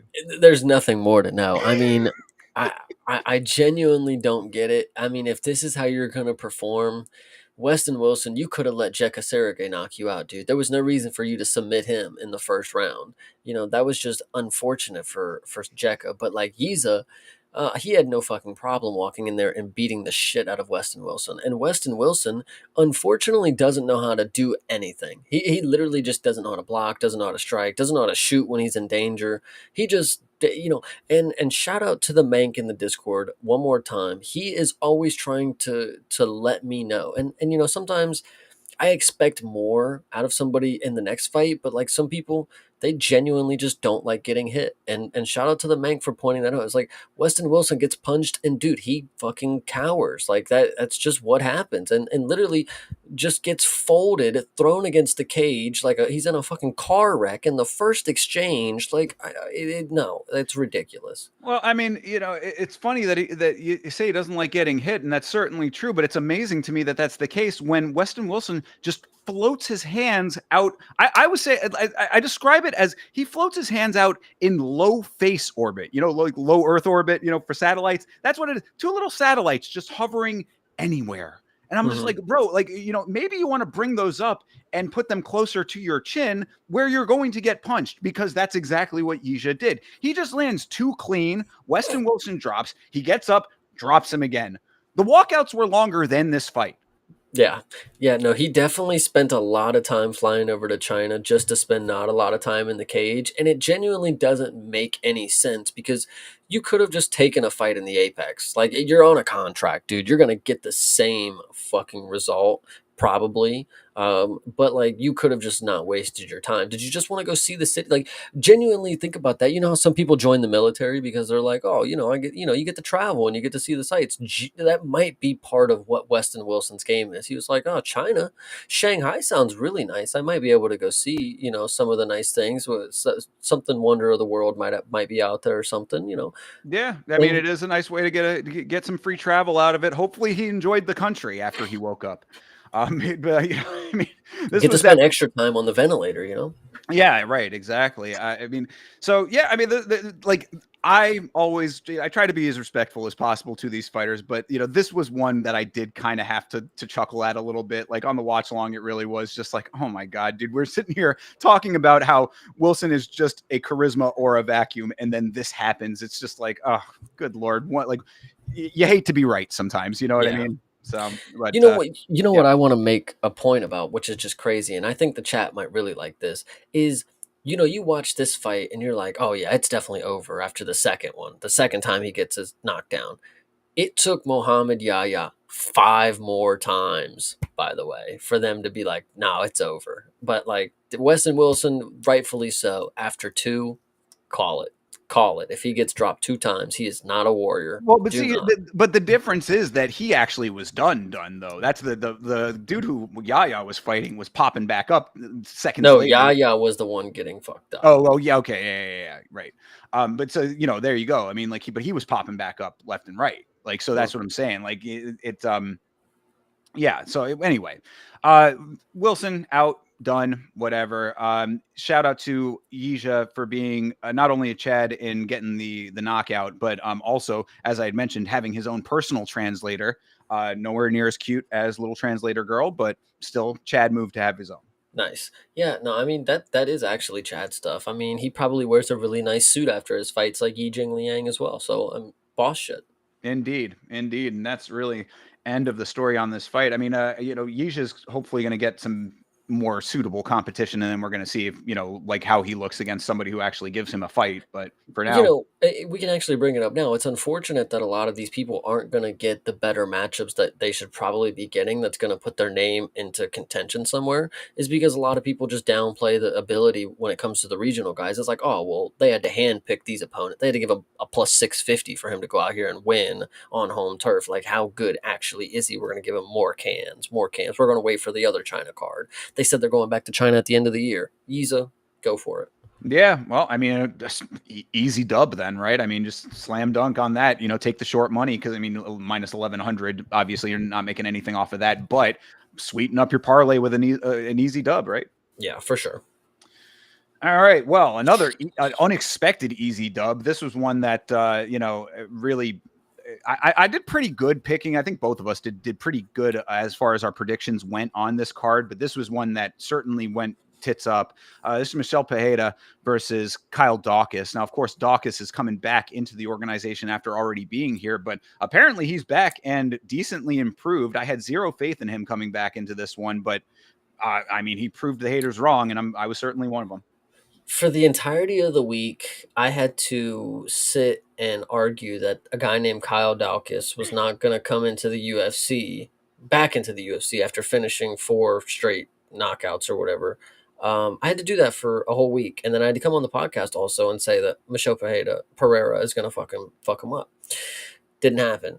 This fight was it was really hard. Like, I'm actually like having a hard time explaining just how crazy of a time this was because Michelle came in here fucking around, and it's not like he was doing the fucking around thing that he normally does where he goes balls to the wall and does backflips and shit and tries to jump off the cage and punch you. No, he literally was just passive and just trying to just hang around, and then just got dropped. Like, literally, there's like in an instance, he's just literally just going through the movements. He's like trying to be cute and then just gets fucking dropped with a check left. And then Dawkins fucking finishes him. And you're watching that sequence and you're like, no way no way he's going to finish him on the ground. No way. And then he gets his head rattled off the fucking canvas 3 or 4 times. And then he goes out and you're like, fuck, end it. Jesus Christ. It was just so unfortunate. Yeah. Shout out to Saul. Sorry. He was such a bum. Crazy. Yeah, I mean the man Saul? Did I fucking say? I don't know. Saul? I think that's Saul. better. Yeah, Saul. But yeah, Michelle was so confident going into this fight too. He's all smiles. He's teasing the dance. That's why I kept saying, we were talking about it last week, saying like, do not dance, motherfucker. Please do not start with the dance moves, because that's, you zap your gas tank, and that's his worst enemy is his own gas tank. But he didn't dance, so I was like, okay with that. But he's smiling, he's giving little finger guns out to the crowd, and then right as Bisping is saying how Daukaus lacks power, he catches Pereira in mid strafe. That was, I think, the bigger story, as far as like, if you want to give some props, because Daukaus does deserve his props for this one. I mean, Michel Pereira, it's not like he's getting knocked out like all the time. He even said that in the post fight. He's like, it's been a while since this guy's got knocked out, and he's not wrong there. So, but shout out to Daukaus he timed that shot really well, because like I said, he was mid strafe. He was doing his little capoeira style like movements there or whatever, and like he caught him. And that hook just dropped Michel. Daukaus lands a couple of solid elbows on the ground thereafter. I did think that the stop was a little quick, but I honestly understood it, because that one elbow did bounce his head off the mat pretty well. So it did, it's like, you can't let that happen and expect that the ref is not going to step in off of that. So shout out to him, though. Kyle Daukaus coming back. I think they were saying that he was a CFFC guy, I think. Sounds about right. Yeah. So if not that, then a promotion like that was where he went back and earned a couple of wins to get himself back into the promotion, and came back, got himself a knockout. Now you're back in the UFC proper, brother. I genuinely don't know if Michel could have taken a worse loss in any point of his career. I mean, it's not like Kyle Daukaus is bad. Obviously, he knocked him out, but like, it's name value. Michel should only be losing to good people. Kyle is good enough, but Michel is done. So that's really what I was going to end with, is that Michel Pereira is now he's got Angela Hill syndrome, as far as I'm concerned. He's one of those dudes that's losing when he should win, winning when he should lose, and I would just class him as betting poison. Just 2-3 years in Dagestan and forget, as far as whether or not I would put money on anything he's doing. So that's the end of the story there for me. 100%. No, I agree. All right, moving on to the next one here. Rong Zhu versus Austin Hubbard. This one a little bit closer to how you were saying that you thought it might go, but still in the end went Rong Zhu's way. I would say that I was maybe slightly underwhelmed with Rong Zhu's performance and a little bit more impressed with Hubbard, but I do think that this was still the right decision, the right outcome. This is genuinely one of those performances that you just know the refs or the judges didn't fucking watch. Like, they were just doing anything and everything. What? And the fact that it wasn't a split decision is pretty criminal. I thought this was such a close fight. And the reason I think it's criminal too is because after the first round, you end with Austin Hubbard, first round close, okay? First round is close. Austin Hubbard ends it with a takedown on top. Okay. How would you score that? Okay, if it's close and then he gets the takedown, okay, Austin Hubbard wins round one. And then round two, Austin Hubbard gets a takedown, ends on top. Okay, after the striking was close and nobody really took away, so in the first round, he outstruck him and took him down, okay? Then in the second round, he got outstruck and still took him down, but there was no evident damage that Rong Zhu was doing. There was no taking charge in the round. They were still just standing at range, striking with each other. So the takedown sealed the deal again for me. And then the third round, Rong Zhu takes it away. Sure. But this is one of those instances where a third round overthrows the other two rounds. We've seen it plenty of times again. And a 30-27, when clearly one, if not two of the rounds were close before the third round, is just clearly them not fucking caring. I'm just saying. Well, I mean, I think that my assessment was that the first round was not as close as you're making it. And that takedown at the very end that got immediately stood up from doesn't hold as much water as what Rong Zhu was doing, because I thought he was doing some pretty solid work in that first round. It was not necessarily overwhelming work, but he was fast as expected, and he had some good solid low kicks. I thought that was his biggest strength in that round. And I thought it was good too, because Hubbard, towards the end, he did start to fade a little bit. Rong Zhu's cardio is really good. He kept his speed up through all three rounds. So the leg kicks were a good setup for later on. I do agree that the third round did overshadow those other two rounds, but I thought that the first round was definitive enough for Rong Zhu to make it his. And that's what I also had that as a note. Like, I got to praise Rongju's urgency in getting back to his feet when he got taken down, because he was boot scooting to the cage immediately and ended up back on his feet for his efforts. So I was like, more fighters need to take a page out of his book when it comes to that, because you get taken down. He was like rowboating over there, like getting himself back to the cage. And I was impressed with that. The issue with Hubbard in this fight was that he had moments, but he didn't have consistent dominant sequences, I thought. And so if you add up over time, over the course of the fight, there was enough that Rongju did, in my opinion, to spray. I do agree with you completely that 30-27 is a little nuts. Like, there really was no world that made sense to me. But 29-28, I thought was correct. I just think that we are in mixed martial arts. If the striking is close for we're talking about the 2 rounds specifically. 3rd round, give it to Rongju, sure. First 2 rounds, if the striking is close, how are you going to say the guy that has a minute of control time versus 0 and also has 2 takedowns and is attempting 10 more of them on top of that?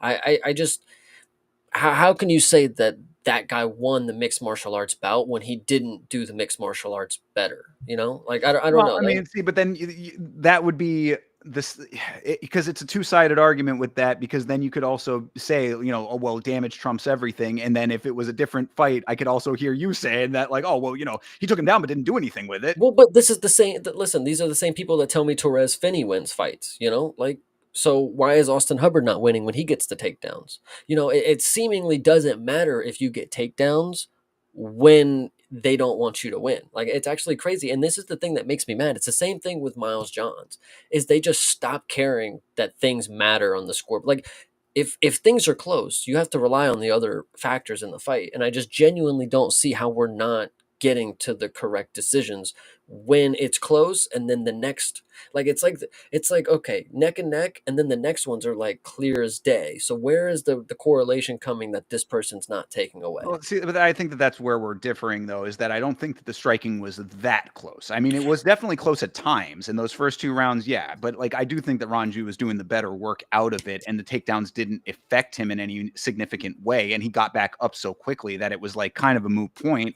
So, I mean, it's like, yeah, it's going to be, it certainly was close-ish, but it was not so close that it was dead even to the point where you couldn't swing around.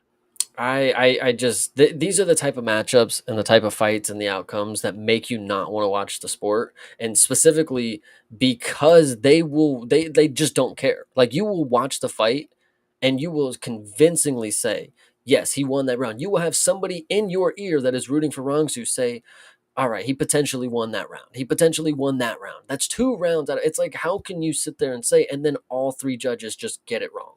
Like, what are we watching that's different? Listen, we can all admit Austin Hubbard won 1 single round. How did the judge not give it to him? I mean, that's what I just don't understand, and that's what makes it not fun to participate. It's like, if I am betting for something to go to decision because I'm in the know-it-all, I know how the scoring's gonna go. How am I wrong at what I'm classifying to the scoring criteria compared to what they are? I don't know. You can't say it's a language barrier. Are we seeing in subtitles? I don't know. I mean, it just doesn't make sense to me. So, yeah, I mean, getting hung up on the one judge who 30-27 did, I do understand that aspect. Not one, I'm just saying, not 129-28 the other way. At least make it believable that you were trying. That's all I'm saying. Well, either way, I do think that the 29-28 Rongju was the correct call, personally. So, you can kind of feel a little bit differently about it. But at the end of the day, I thought Rongju did do the better striking. I thought that he was more consistent with it, and the speed. I mean, again, optics, like we were just saying, the sport is optics. And obviously, the judges saw it how they saw it. So, I mean, I'm kind of agreeing with at least 2 of those judges. So I wouldn't have been mad if Hubbard had gotten the nod from one of them, but I didn't see it being correct that way. So. Yeah, it's pretty bogus, but either way, I mean, it's the same reasons that Rongzu won are the same reasons that, Xiao Long lost. Like, that's the problem with the fucking scoring criteria, is like, they don't know what's going on. They literally just don't even know. And that's why they don't care. This is the time for you to go get your fucking nachos and give it a 30-27 because woo fucking knows. Like, I think you're being a little bit. I think there's some sour grapes going on with how it turned out for your parlay there. But I mean, but no, but like, listen, If it was, this is no, and this is, listen, back to why it makes you not want to watch this is because imagine if this was somebody that I really cared about. Imagine if this was Josh Van. I would genuinely not fucking give a shit. Like if I convincingly watched Josh Van win 4 rounds and you told me it was 3-2 Pantoja, I would throw shit. I would. But he did. But Rongju won 2 of those rounds, though. Is It's the not. issue No, here? it's not true. No. Okay, all right. Well, see there. I guess we're gonna have to agree to disagree then, if that's the case. But I feel you on being upset about it, and I get your frustration. But at the end of the day, Rongju gets the nod, so I guess we're just gonna have to be okay with it. Yeah, we'll see. All right, all right. Obviously, some deeper seated emotions there. Let's move on to the next one. No, this one has some deep seated emotions. Yeah, I would suspect so. This one was one that I was correct about, but not for a while in this fight. This is Charles Johnson versus Lanier Kavanagh. I said going into this one that this might be biting off a little more than Lonnie could chew at this stage of his career, and sadly correct. Even though he was having some great success early, that first round was really solid for Lanier Kavanagh. Lonnie was doing Lonnie. I mean, we had everybody in the Discord, loving the shit. No, this is the best flyweight prospector we got right now. I mean, he's the most well-rounded one that we got. I mean, these still things are true, and he did have a great performance showcasing why he is one of the best, flyweight performers. And it's just unfortunate that he got a little tired, got a little ahead of himself, and decided to just not use his hands anymore. I genuinely don't know why his hands weren't anywhere near his face when he was evading. And I get it. He was trying to, he was tired. He was trying to look cool. Just hit him with the no look, but literally got fucking bopped and thrown on the fucking mat hard as shit with a punch, and then got his face pounded a couple extra times. And hurtful to my soul because this was supposed to be the guy. And the fact that it's Charles Johnson once again, I mean, could he have done it any better? No. Like, I mean, he has just cemented himself as the flyweight fucking headhunter, Like, this is He's just ridiculous. the prospect killer strikes again, indeed. Yeah, no. So I mean, this narrative surrounding Kavanagh getting knocked out, as far as his lack of defense or lack of awareness in that moment, I do understand it. Like watching back the replay and then rewatching the fight, of course, I see what everybody's seeing in that, but I really feel like Johnson finding the shot was more of the story here, because you got to remember Johnson has such reach for flyweight. He's one of those tall, lanky, long fighters. And he used that reach very perfectly in this moment, because if you watch the replay, he was mid-air when he landed that shot. Like he had to, it was like, it wasn't a true Superman punch, but he had to go farther than planting his feet to get it.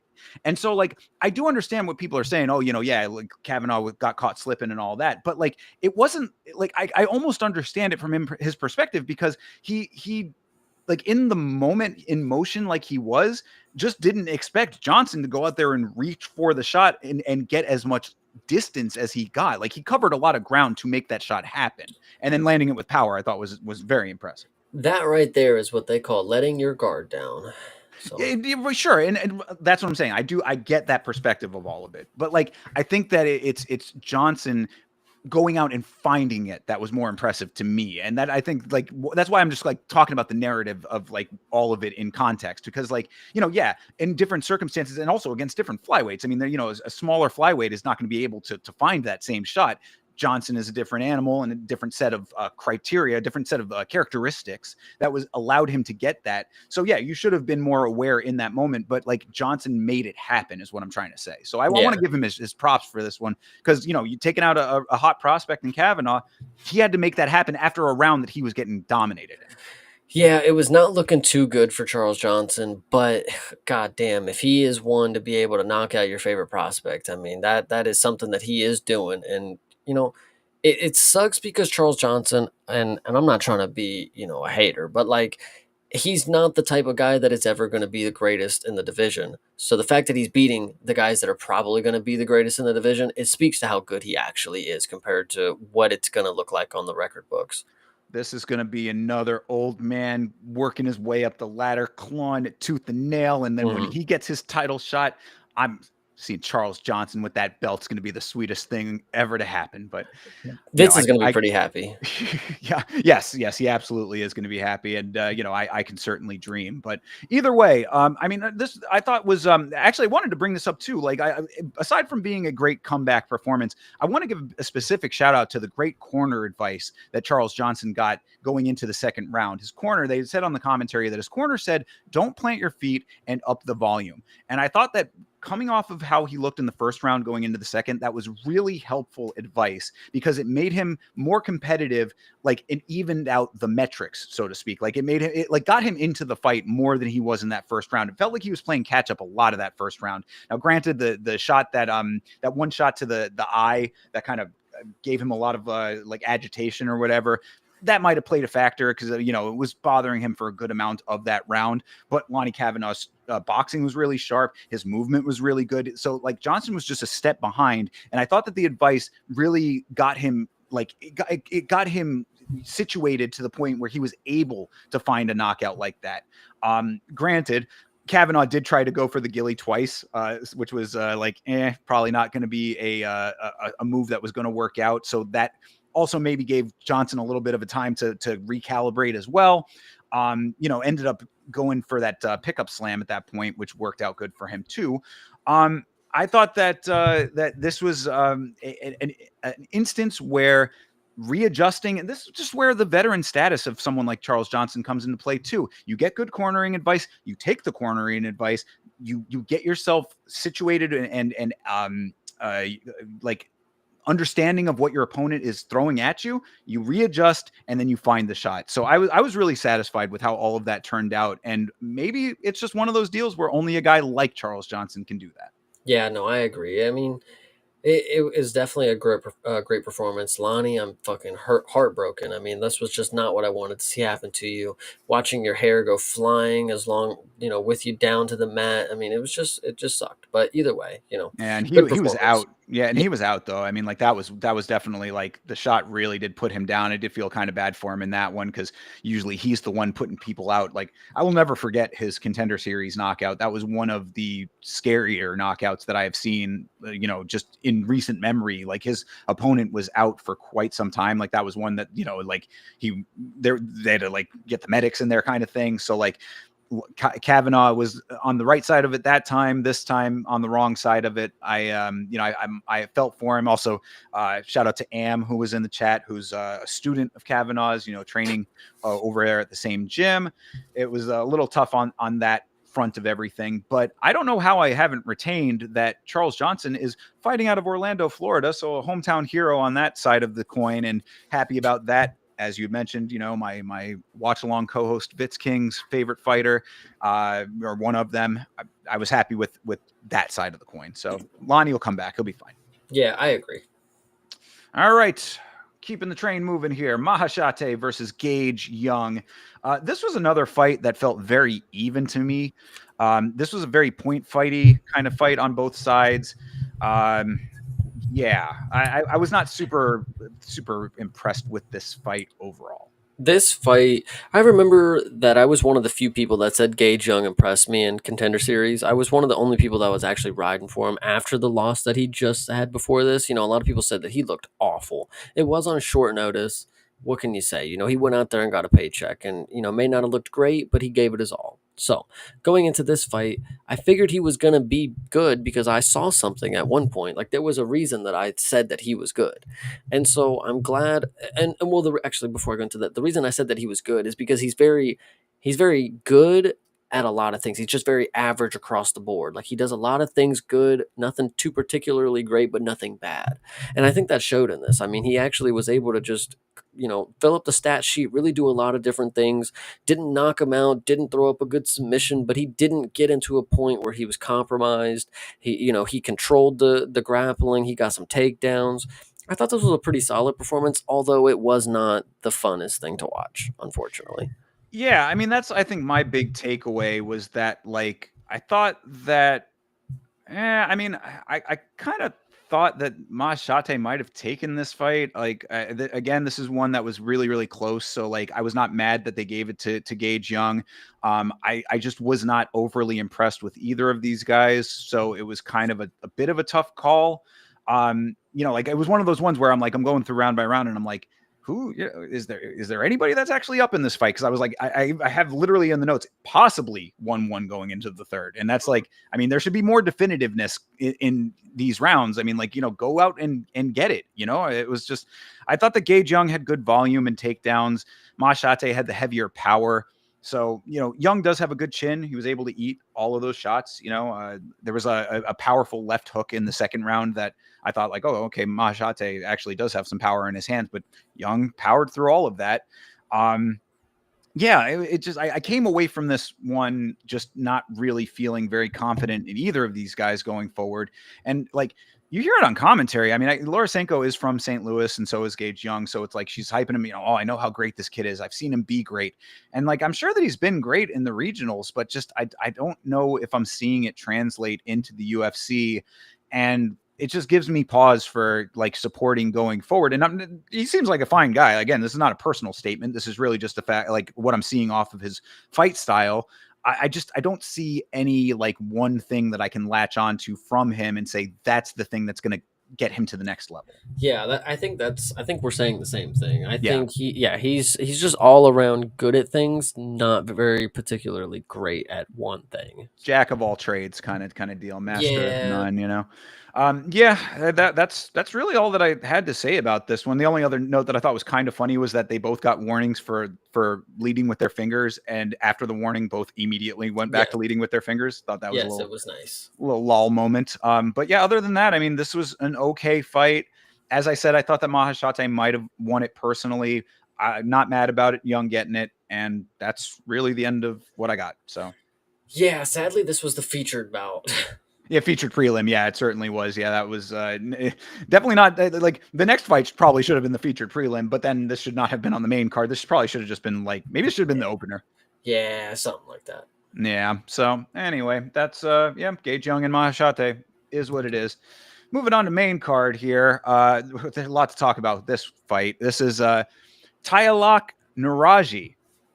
Got it. Nailed it. Tyalok Naraji versus Kiefer Crosby. First of all, before we get into the fight itself, it was hilarious that during the promo package, Fitzgerald was doing the voiceover and did not know how to pronounce Saiyan. Naraji's nickname is Super Saiyan.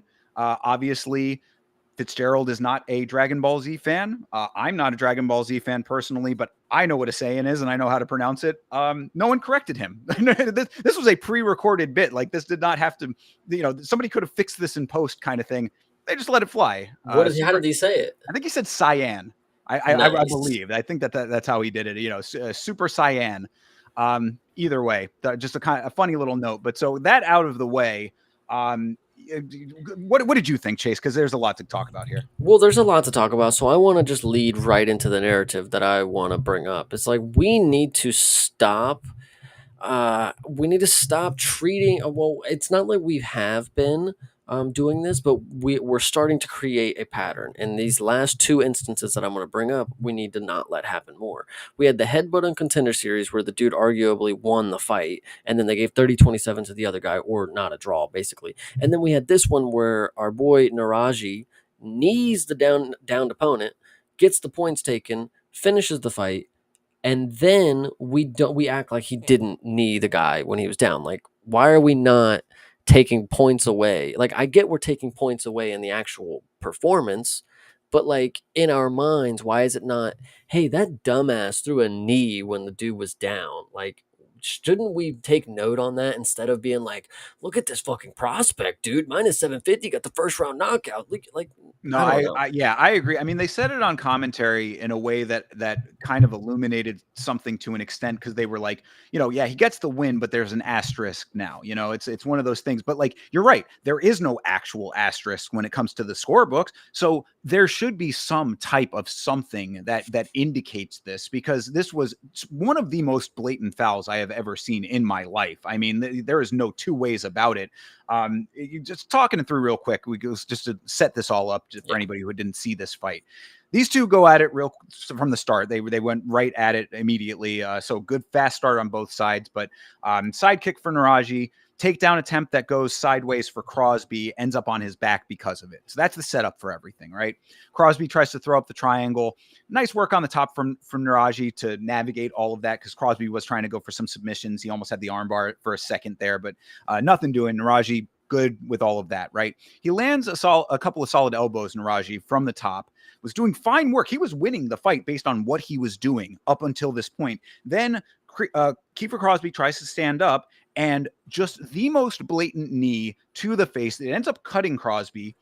His cheek ends up bleeding. He's looking real bad off of this. This would have been an instant disqualification had Crosby decided to go that route. It ends up being a 2-point deduction.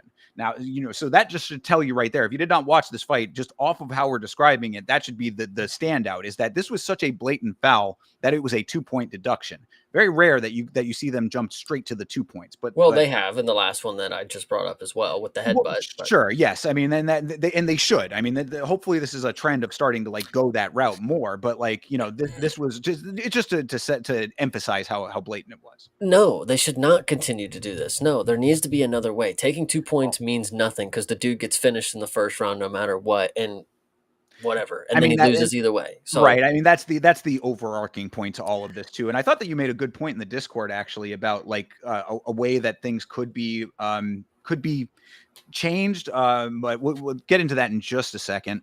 But yeah, so just to finish up the recap here, Crosby raises his warrior stock for staying in this fight because he easily could have taken home the DQ win.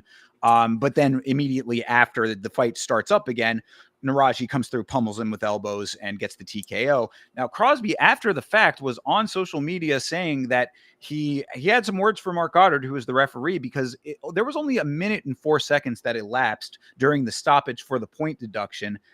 Mark just immediately starts the fight back up without giving him any time to recover. And I thought that Crosby makes a good point here. He was the fouled opponent, he was the fouled competitor. And why are you telling him that he immediately has to go right back into the fight? He should have had the full 5 minutes. No, that's actually a point that I was going to bring up as well. Is it was the problem was the illegal strike. The problem was also the point deduction. The problem was also that they fucking we as the fans, even Saul here. Thank God Crosby continued, bro. Why are we encouraging this? He got kneed in the face, and because it's cool for him to not back out of the fight and get knocked out 3 seconds later, that's cool for you guys. You guys are okay with that. Man, he's such a fucking Chad for that. It's dude, he just got kneed in the face. Bro, why would you want to continue fighting the dude who's just going to foul you? He literally tried to murder you. But when it comes to the point thing, I think another option to the point deduction system, to the foul regulation, if you get anything, it's like the NBA. If you get a flagrant 2, you're out immediately. If you get a point and then you get another point, then you're out. Or if you get two immediately, you're out. And they did pressure Crosby to get back in there. They're like, get the ref, check him. Is he good? He's good. All right, get out, ref. It was literally Goddard having a moment. It was kind of weird. And then, starts the fucking fight back up. The dude's bleeding still. Normally with these, they wipe him up and they're check the cut. No, he's still fucking bleeding profusely. He's got to get back into the fight. They fucked him over by making it seem like he's some fucking god for continuing the fight. It's yo, you literally just wanted him to get his ass whooped. It's not like it was an eye poke and get back in there, champ. You got this. No, he literally was getting up and got a knee. It was a knee so bad that people were thinking he just broke his fucking nose with it. They were oh my God, he busted his nose. But it was a cheek. But I don't know. They kind of did him so dirty. Well, I liked what your suggestion was in the Discord, where you had said that they should send the one of the possible changes that people talk about a million different changes to how these things can work better. And there does need to be some kind of adjustment to the way that these things are handled from the top down. There needs to be the ABC, who is the body that regulates the commissions, needs to go back to the drawing board on some of this. But I like the way that what you had suggested, where you're send the rule book out to the fighters ahead of the event in their native language. So wherever they're from, translate the rules and give it to them ahead of time. None of this referee backstage telling them the rules real quick, talking it over kind of thing through a translator. Give them the rules ahead of time and then be firm in your enforcement of it. If it's like what you said, if it's a two strikes you're out kind of thing, then perhaps maybe that works. I mean, there's a lot of different ways that you can actually get into it once you start breaking it down in cage and how it like plays out in the reality of it. But I do like the idea of them having the rules ahead of time in their native language so that they can go take their time, read it over, have a full understanding of what they can and cannot do, so that there is no question going forward. It's like one of those things where, he just doesn't speak English. Well, that does not play a factor anymore. Yeah. Well, and you get into that, because I think if that's what you do, you send everybody the rule book. Okay, not everybody's going to read it, but then you're going to start seeing that people are going to get penalized and not getting paid, and then people are going to realize that, oh shit, I really actually should not fuck up. And you're actually going to start getting people that take the shit serious, whether it's them actually sitting down and reading it or they're getting somebody to help them understand what it fucking says. I mean, we're professional fighters here, we're not fucking English scholars. I get it, but like, I think it could just help a lot. It takes, we already have so much copy paper in the world. Like, who gives, just use more of it. We're not going to run out. Just make more papers, packets, and mail them. Get everybody to update their address, get a mailing address, and send that shit to them.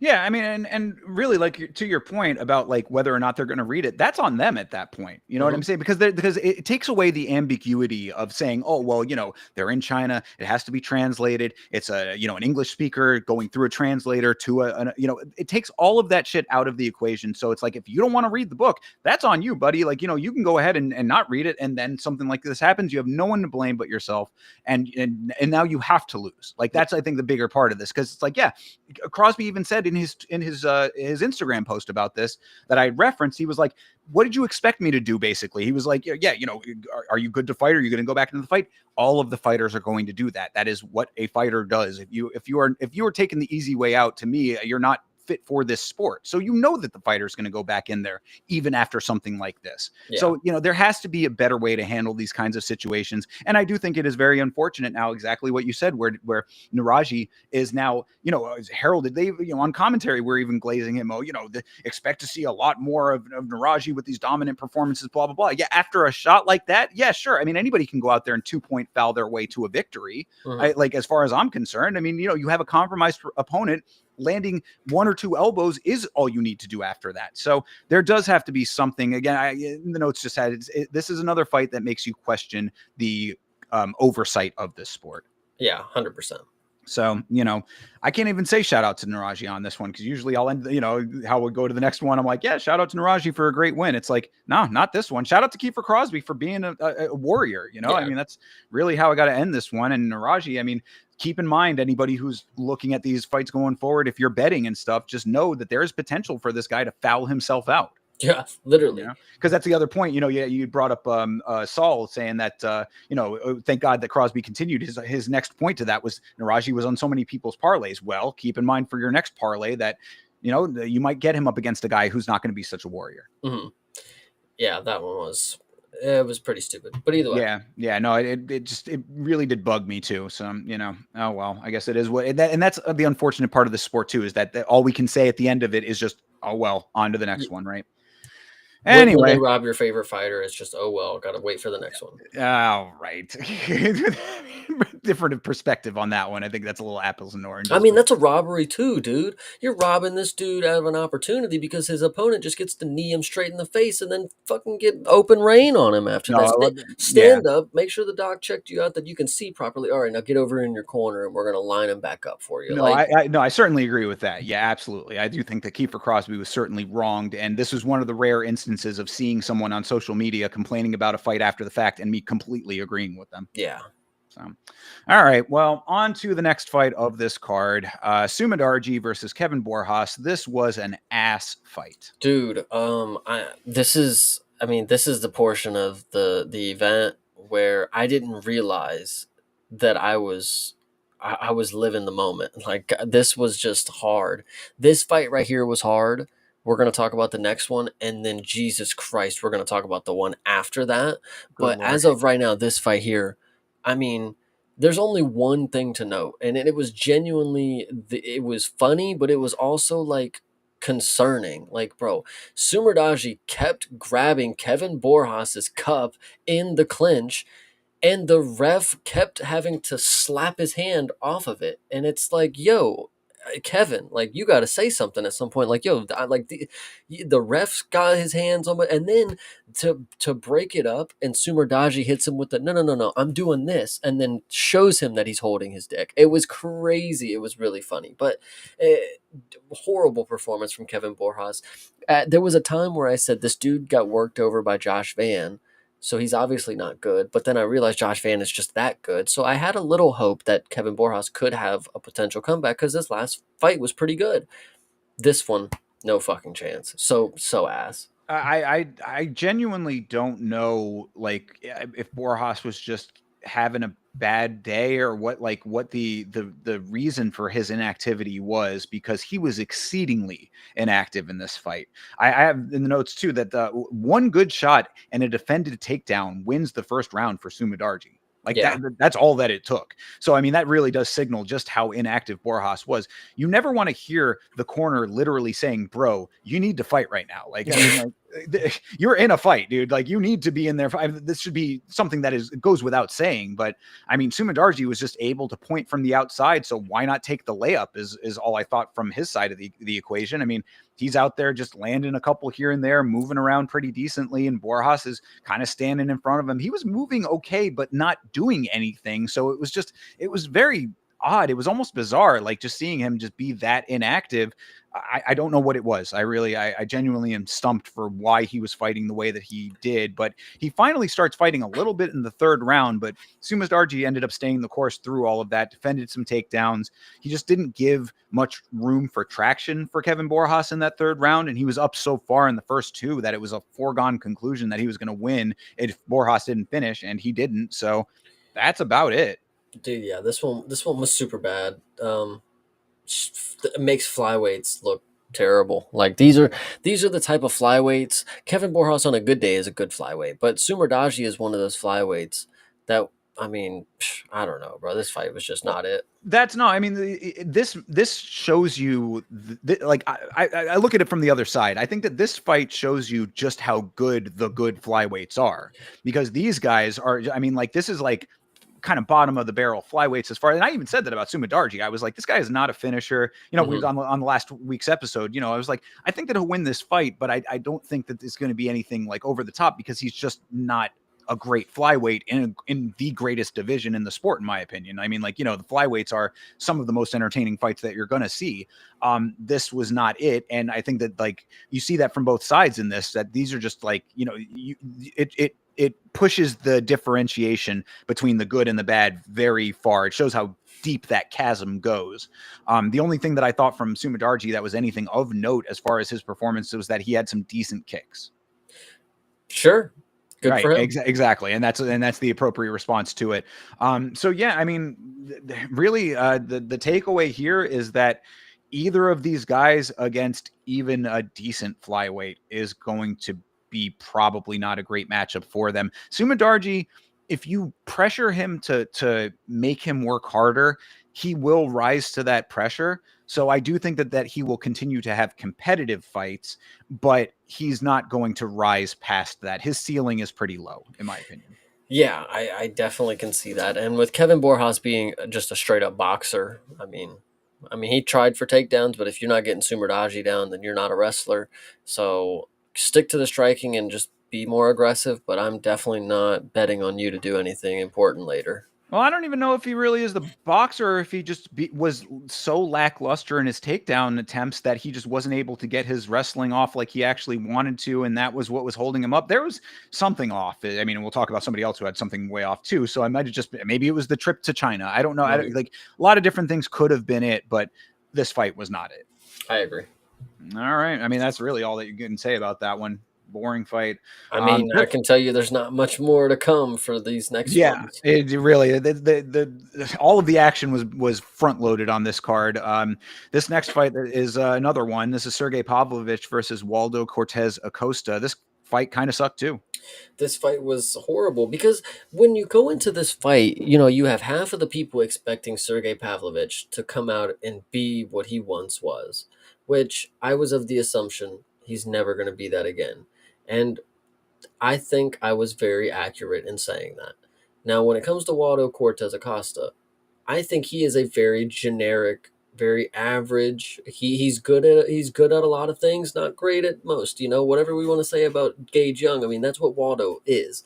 You know, it, he gassed out, which we actually really haven't seen him do most in his fights. You know, he's actually had decent cardio for being one of the bigger bellied guys. You know, the salsa boy is normally dancing his way to the decision, but I think this one I think he started out very worried about Pavlovich's power, which he should have had me in his fucking corner. I would have told you that dude is not throwing nothing at you. You would, dude, the chin that you got is crazy, and he actually showed it in this fight. He ate a lot of clean shots from Sergey, but Sergey is just not what he is ever. You know, he's not going to amount to what we once thought he was going to be, and Waldo is still. The stock didn't drop for him. I mean, he did exactly what Waldo was going to do. It was just a matter of if he was going to have just a little more output than Sergey, and he didn't. So he lost the fight, and it was boring. But he didn't get knocked out, and he gassed out for the first time. And I think he just wasn't locked in. I don't think. I would say that his stock dropped a little with me because of the output specifically. Because I think that if he had better volume, that there was potential for him to take this fight with the way that Sergey kind of operates. But the bigger note, like what you're saying about the old Pavlovich being gone, that is true. But I think that the modification that I have come to is that I think it's time to acknowledge that even though the old Pavlovich is gone, the new Pavlovich can still win fights. And that to me is where it lands. You know what I'm saying? Like, because, yeah, we saw a Sergey Pavlovich that used to come into the cage, walk forward, throw windmill shots at people, and just clobber them to death. And that might not be the case anymore. But the new version of him is still a decently technical navigator of fights. And when you have a fighter like Waldo, who's because really the assessment was accurate. Waldo stayed on the outside. He tried to point his way, and it just wasn't adding up because the volume wasn't there. And Pavlovich still can command center. Like he still has the ability to dictate the pace of the fight. And I think that is what is going to continue to win him fights. He might not, be able to do it at the highest of the high levels. The guy's still ranked third somehow, which is, that's just, I think, a reflection on where heavyweight is. But either way, still able to win fights, but not as dominant as he once was. So it's like, I think that the thought process was correct, but it has to be modified to account for the fact that even if he's not the world ender clobber killer, he's still a potential winner. Yeah, 100%. Yeah, so, that's the unfortunate part is because I will probably keep the narrative alive that Sergey is not what he once was, but you are completely right. He should be able to beat mid to top tier, heavyweights if there is a top tier below him kind of deal. But he's the baseline for the top tier, so he should be fine for now. Yeah, and I mean, when it comes to the whole deal with Waldo, as far as this fight went, like, I mean, I've never really liked him all that much, to be perfectly honest. I think that he's a little bit cocky without backing it up. And that showed in this, which was funny to me because as he's gassing out, he's still trying to taunt and sort of play the dancey shit. And I'm just like, bro, you're down 2 rounds solid right now, and this is how you're trying to do things. It just was a bad look in my opinion. He's a Dominican fighter. My buddy Vitz King is Dominican. I support him for those reasons. Obviously, representing Dominican Republic in a sport that has no representation from that nation is something that is noteworthy. But I think you were exactly correct when you said that he was respecting the power way too much. Like he was out there, like anytime that Sergey was putting the pressure on, he would immediately back up. Like it wasn't even like, I'll take even like a pepper shot just to get in and get my own shot off. It was just like, get the hell out of here. And I think he might have just felt the power early, and that might have been informing his movements and stuff. But I do appreciate that Sergey went and hunted him down. We talk about how there are fighters who like to stay on the outside, and it's their job, the other competitor's job to go and find them and land those shots. Sergey did that. He also was kicking a good amount in this fight, which we don't see as much from him. So, if this modified version of Sergey Pavlovich if that's just what the reality is now, that he's not going to be Mr. World Ender, I was okay with how he navigated this fight. And I thought he did a pretty decent job, all things considered. Yeah, it's just unfortunate that you think this fight was also ass, but you admire that he did it well. Yeah, no, absolutely. And that's heavyweight, bro. That's just, know. you know what I'm saying? I mean, like, you have such a small percentage of elite heavyweights, and this is a good version of Pavlovich at, like within this dynamic. Yeah, they were so good they couldn't finish each other. I know. Yeah, no, I know. Yeah, this definitely was not a great fight, but it was a passable performance to get the win for Pavlovich against a Waldo who was trying to play a game that we knew he would play, but didn't play it well enough. 100%. Yeah. Also, just real quick before we move on, did I hear correctly that Waldo has 10 kids? Yes, sounds about right. And they said if he wins, he'd get the 11th. Is how they set that joke up. So that is just wild, bro. Stop having babies, brother. 10 children. That's insanity. And then the UFC contract must pay good. Yeah, really, 10 mouths to feed. Good Lord. I can barely survive without kids, Yeah, and the other note that I thought was pretty funny was Pavlovich's boy during the post-fight interview reminding him to beg Dana to give him a shot at getting into the UFC. I thought that was hilarious. It's like, bro, the Contender Series exists for a reason. Just go on there and earn your way in. You shouldn't be tapping your boy on the shoulder saying, hey, Dana, please give this guy a shot. Right. I think that trend needs to die down a little bit. We've seen that like several times recently of guys using their Octagon interview to advocate for their teammates. I understand it, and I do think it's a nice thing to do, but like, I think that maybe we need to curb that just a little bit, especially if it's getting to that point. Like, hey, brother, remember, tap on the shoulder. Yeah. Yeah. No. Yeah, no, that definitely can't get. I can see how that would be cringe and annoying, but we have seen that become a more modern trend, and it should be for the good people. Like, if it's Ilya and he wants his brother to come in, like, Dana, come on, let my brother have a shot. I don't care about that shit. But like, if it's just some random guy in the gym, like, yo, get your stripes like everybody else. Figure out how to get in contact. Yeah, exactly. It's right. I mean, they're if you're training with someone who is out there already in the organization winning fights, they're not that hard to get a hold of, I'm sure. You know? Anyway, all right. Well, let's move on to the most bizarre fight of this evening. This was Aljamain Sterling versus Brian Ortega. Just to set this up a little bit, setting the stage here, all kinds of problems for Ortega on the scales going into this fight. There were reports that he had been hospitalized briefly. He apparently tripped and fell at one point cutting weight.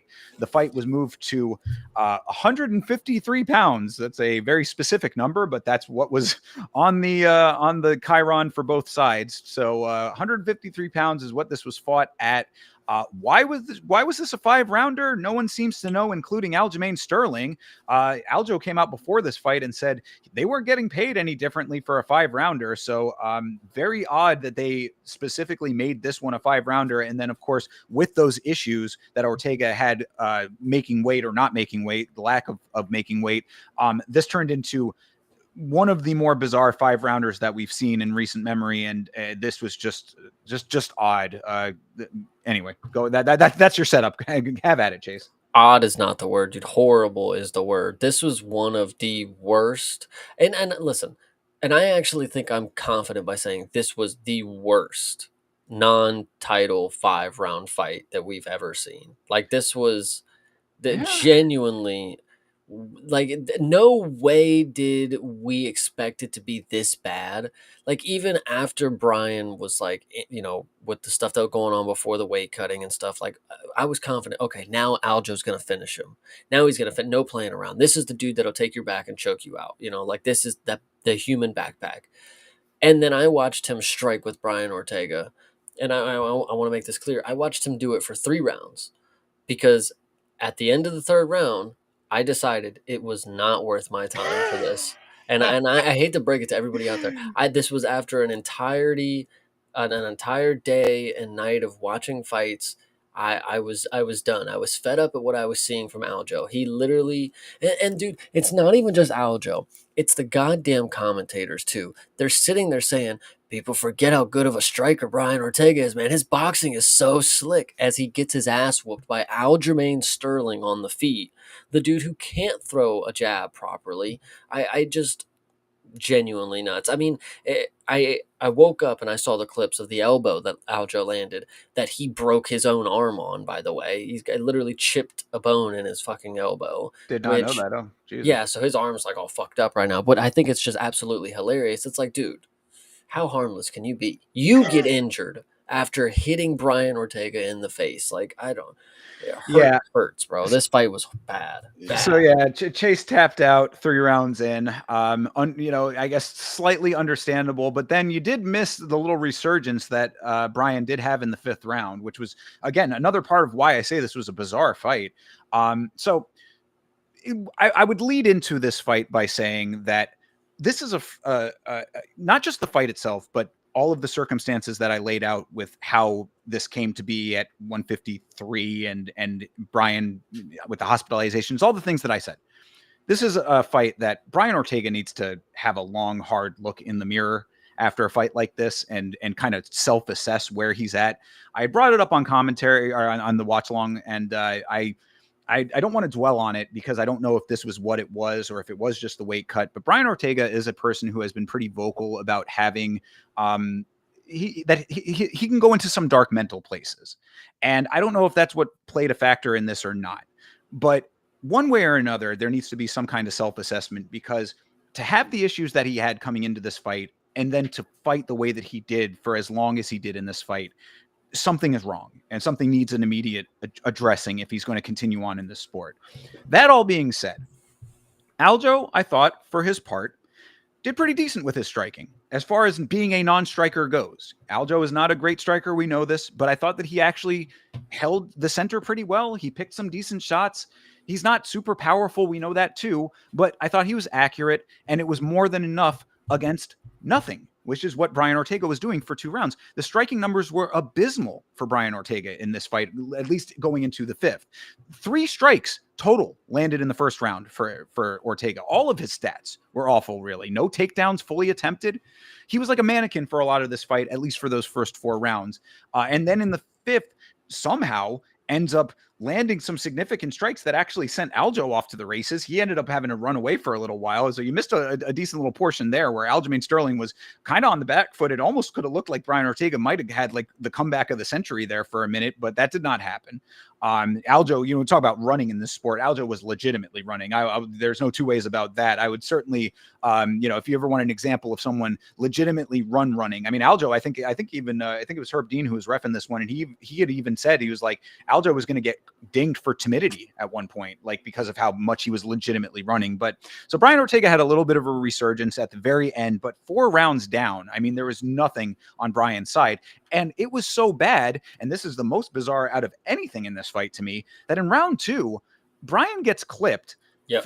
He thought it was an eye poke. It was not an eye poke. It was a legitimate punch. Herb Dean acknowledged that it was a legitimate. It was a glove. It was a glove. Exactly. It was a glove. It was, and it was. There was no 2 ways about it. Did not need a replay. Any of that kind of stuff. It was a glove to eye, and Aljamain Sterling and Herb essentially conspired together to help Brian Ortega. They stopped they stopped time and gave Brian some time just to kind of hang out. I remember this in round 2. This is why after round 3 I was done, is because if I was going to see a finish, it was right then and there. Aljamain Sterling is just the most sportsman competitor that you've ever seen in your fucking life. He punches Brian Ortega in the face and then magically thinks that he pokes him in the eye. Like, how, like, did you lead with your fingers, buddy? I mean, where do you think that you poked him in the eye? I mean, if it was your knuckle, that's fair play. So and then Herb is like the worst ever apparently at these points now, because he literally is like, go on, it's a punch, go on. Okay, timeout. I'm like, you just do whatever you want now. Like, he had no control of the fucking octagon. Well, and that's the bigger point to me, is that Aljo.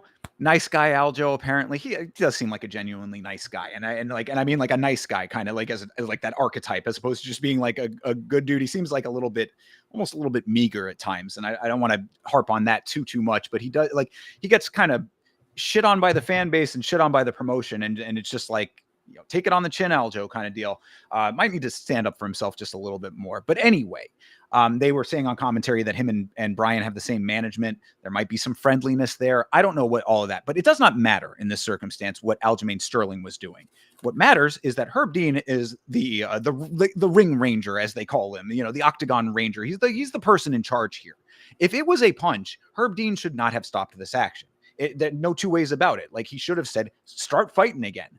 So I really do put the emphasis on Herb Dean on this one, because it was a bizarre moment, but you were the one that was in charge of whether the action stopped or kept going, and you should have said, fight on. Yeah, but the problem is if Herb Dean would have done that, then he ends the 5-round co-main event in the second round for timidity or something, and then nobody wants to see that. So he's got to play the benefit of the doubt, and the fighters know that. Brian Ortega's been around long enough where he knows, I'll just stop the fucking fight whenever I want. I'm the main attraction here. You're not gonna stop the fight because I stopped fighting. It's like, dude, if I'm hurt or something or whatever, I'm gonna take my time. I don't know. Well, again, none of that should matter. None of that should play a factor in here.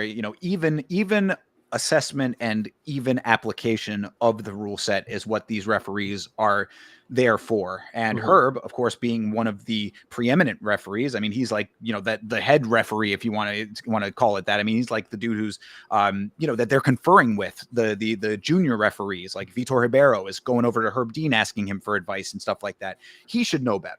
I mean, like, this is, he has to be the ambassador of keeping control in those types of situations. And I thought he did a very poor job in this instance. But so, Brian Ortega gets a little bit of time to recover, but then doesn't do anything with it until the 5th round. I mean, the rounds 1 through 4 were pretty much one long blur. It was, Aljamain pointing. You keep talking about this 5th round like he didn't lose it on the judges' scorecard as well. Well, it's kind of odd to me that he didn't win that round, because I thought that, Aljamain, like I said, he was running. So, I thought that was another one where the judges got it wrong. I mean, he should have at least taken that 5th round, in my opinion. But again, it's like, talk about optics. This is a great theme for this episode. This is just the optics discussion in long form. This is another one that optics plays a bigger part when it comes to that. Like, did he lose that round, Aljamain Sterling? I thought so. But when you have 4 rounds of Brian Ortega not doing anything, optically on that side looks terrible. Aljamain Sterling actually doing something looks better. So 4 rounds of that dynamic, and then Brian finally has a moment of success. Just, they don't consider it, and it's not right. I'm not saying that it's right. I'm saying that that's optically what happened. There's 2 things that I want to touch on before we move on. Is you said Brian Ortega needs to, think about this performance and what this means in his career, and you also talk about the optics, bro. Brian Ortega, the entirety of his game is to get his ass whooped and then pull off the miraculous sub. Like, that's literally all that he's good for. So you telling me that he had a little slight comeback in the 5th round doesn't surprise me, because I watched him do what he normally does, and that's get his ass whooped for 3 rounds, 4 rounds. If you're making a good point there. He is like a comeback kid a lot of the times. But what I would say to that is, it's not just the performance that I'm talking about that with. I'm talking about everything. I'm talking about the weight cut and all of that too, because this is now time number 2. And, the organization has given a lot of runway, a lot of leeway to Brian Ortega. If you recall, he was the reason that Dan Ige had to step up on 4 hours notice. So, there's already issues with Brian Ortega when it comes to making the weight, period. But so you pair that with the performance. That's what I'm talking about. Why he needs to self-assess. And then also the another part of the assessment is just the fact that if he banks on being the comeback kid and then can't pull off the comeback, that's part of something that he needs to take a look at too. Because, if you're resting on something like that, which is a very risky gamble to begin with, and it's no longer paying off, time to have a little think. I agree. So this was a weird one. Aljamain Sterling 50-45s across the board. Like I said, would have given Brian that 5th round, but regardless, just a very strange fight, and one that it turned out to be a very long 5 rounds. And like you said, I struggle to think of another non-title 5-rounder that was quite at least as weird as this, if not as bad as this. I can actually tell you what it was. It was, actually, I don't even maybe it was a 5-round with Nate Diaz and Tony Ferguson. I think that was a weirder 5-round non-title fight. Could have been. Yeah. Cause I do remember Nate Diaz having like a non-title 5-rounder at some point back then. And that might've been the one that If you don't remember the performance, then you need to go rewatch that. That was one of the special moments of this sport. That was when Hamzat pulled out. Oh yeah, no, I absolutely Yeah. remember the card. Yeah, that's when Nate guillotined him. He pulled the gilly off on Tony. Yeah, either way, regardless of that, this was just a bizarre fight, and certainly a strange co-main after two pretty bad fights. And then leading into this main event was just, it was an odd way for this whole thing to, we talk about the highs and lows of cards. This one started off pretty decent, had a couple of dips, and then sort of trailed off. And I guess you can say that this main event was a high point to an extent. We'll talk about it here, but just a strange trajectory of this entire card. So let's get into the main event. This is Johnny Walker versus Zhang Mingyang. We both were very confident in Zhang Mingyang coming into this fight, and I don't think that we were misplaced in that. I just think that the misplacement was in how freaking weird Johnny Walker can be in fights, and then to land a low kick that changed the entire course of everything was just something that no one could predict. Yeah, this one was unfortunate. I did wake up the next day and have to watch this. I didn't have it spoiled for me. I mean, there was a couple comments, but like nobody outright said who won. I mean, I kind of figured it was Johnny somehow. But when the fight started, Johnny Walker fakes the glove touch and goes straight for a takedown. Hilarious because he gets the position reversed immediately, right into full mount. Yeah, it was actually hilarious. Which, if you want to talk about the good things, Zhang Mingyang does have takedown defense. I mean, he did. I mean, that was damn near pretty good. I mean, it looked good on top. No real threats from Walker from below. So all of the top work for Mingyang was actually pretty good in that first round. And so it was good. And then they grind it out. And then Zhang Mingyang has all of his wins in the first round. So when it left the first round, it's already sketchy. Did we expect him to look as gassed as he did in the second round? No, I don't think so, but he was definitely gassed and he was done for. Did we expect him to act as if his head was hurting when his leg was kicked? I don't know, but it was very funny when you watch him do this while, like, I don't know. It was, when you pointed it out to me, I when I watched it, I'm like, holy shit, he actually did. He actually was confused on where the pain was coming. I don't know. He fell backward holding his head, but his leg was the one that was hurting, and then Johnny Walker swarms him. I don't know. Yeah, it was that another bizarre moment. Yeah, Walker lands a leg kick, or he'd been landing some low kicks, some calf kicks throughout the fight, and they did say that the two of them had trained together at some point. I think that they had trained for Minyang's fight against Anthony Smith, I think is what they said. So maybe some frame of reference there. I don't know about that part of it. I don't know if it was just Johnny Walker's game plan to low kick a whole bunch. That could have been, and it was fine. I mean, yeah, you're landing some decent low kicks. Nothing that we don't see in this sport all the time. He lands one kick to the side of the knee, basically high on the calf. And I mean, it might have just hit the nerve. That's what Bisping was speculating. It hit the nerve, and that's all well and good too. But Zhang just full on crumbles at that point. I mean, like, he really did go down like as if his whole body shut down. And I do understand that, you hit the nerve, that does shut your leg down for sure.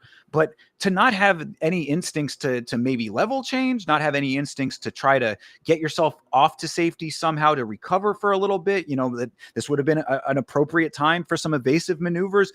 If you're going to go down to the ground anyway, how about start rolling? I mean, I just do something. Anything is what I'm trying to say here, because he literally went down to the ground and did the don't hit me pose. Yeah. The same pose we were talking about earlier with the Contender series. So it was just a bizarre folding of a guy who was doing pretty good. He definitely took that first round. Yeah. So absolutely. So it was just, even Johnny himself, Johnny Walker in the post fight said, he was like, he knew that the leg kick wasn't anything special. He was like, bro, it was just a kick. I have no idea what happened. So it was like, God,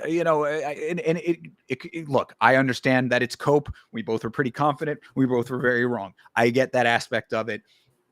It was something that I don't think that even the people who were going for Johnny Walker could have predicted. So don't try to tell me here that, it's cope, blah, blah, blah, when you guys are the ones that end up getting lucky off of something freak happening. You know what I'm saying? I mean, like, and I'm not taking it away. Good job predicting that Johnny Walker would take it.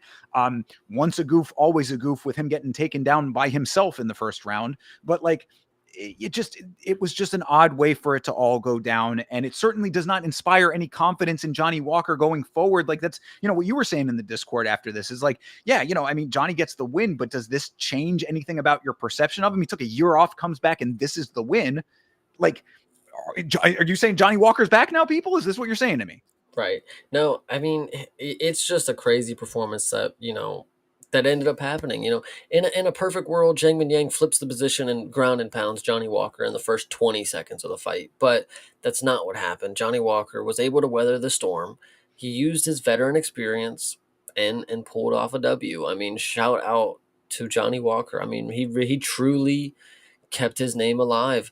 Walter Walker is probably thinking he is the man because he made Johnny Walker win with his wrestling. I don't know. Yeah. I mean, you were definitely right about Zhang's cardio, because he was huffing and puffing halfway through the first round. I mean, Like, Jesus, fuck. yeah, and he that's also, again, optics, just putting it out there. He telegraphs his gassing a lot with the way that he breathes. Like, he almost has that Nicholas Dalby thing going on where he breathes like really intentionally.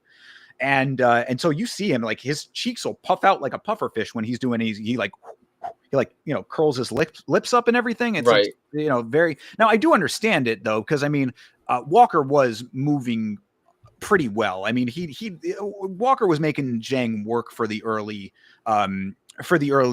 successes that he had, because Walker kind of moves like a spider monkey. He's just a little bit all over the place, which I guess we've come to expect from him. But just none of that could have prepared me for how this all went down. I am certainly, kind of licking my wounds on this one as far as the prediction goes.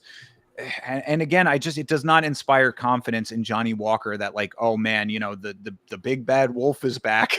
Like, you know what I mean? It's like, it makes me laugh even having to say that, it's Yes. like, it's just ridiculous, but it is what it is. And Johnny Walker gets the victory. Zhang Mingyang needs to work on his cardio and work on being able to handle adversity better, because I think that might also be something that was slightly deceptive about Zhang Mingyang, is that he had been finishing people in the first round so often that you got to consider what happens when he's not able to do that. And maybe we were a little blinded by that. And also, I do want to mention, I forget the guy's name off the top of my head, but I wish that I had known this going into this fight, that Zhang Mingyang had gotten finished by that guy who essentially lied his way into the UFC. I don't know if you're familiar with that story, but I'll have to link a couple of videos about this, but there was a guy who essentially like faked his record. He was beaten up on a couple of cans.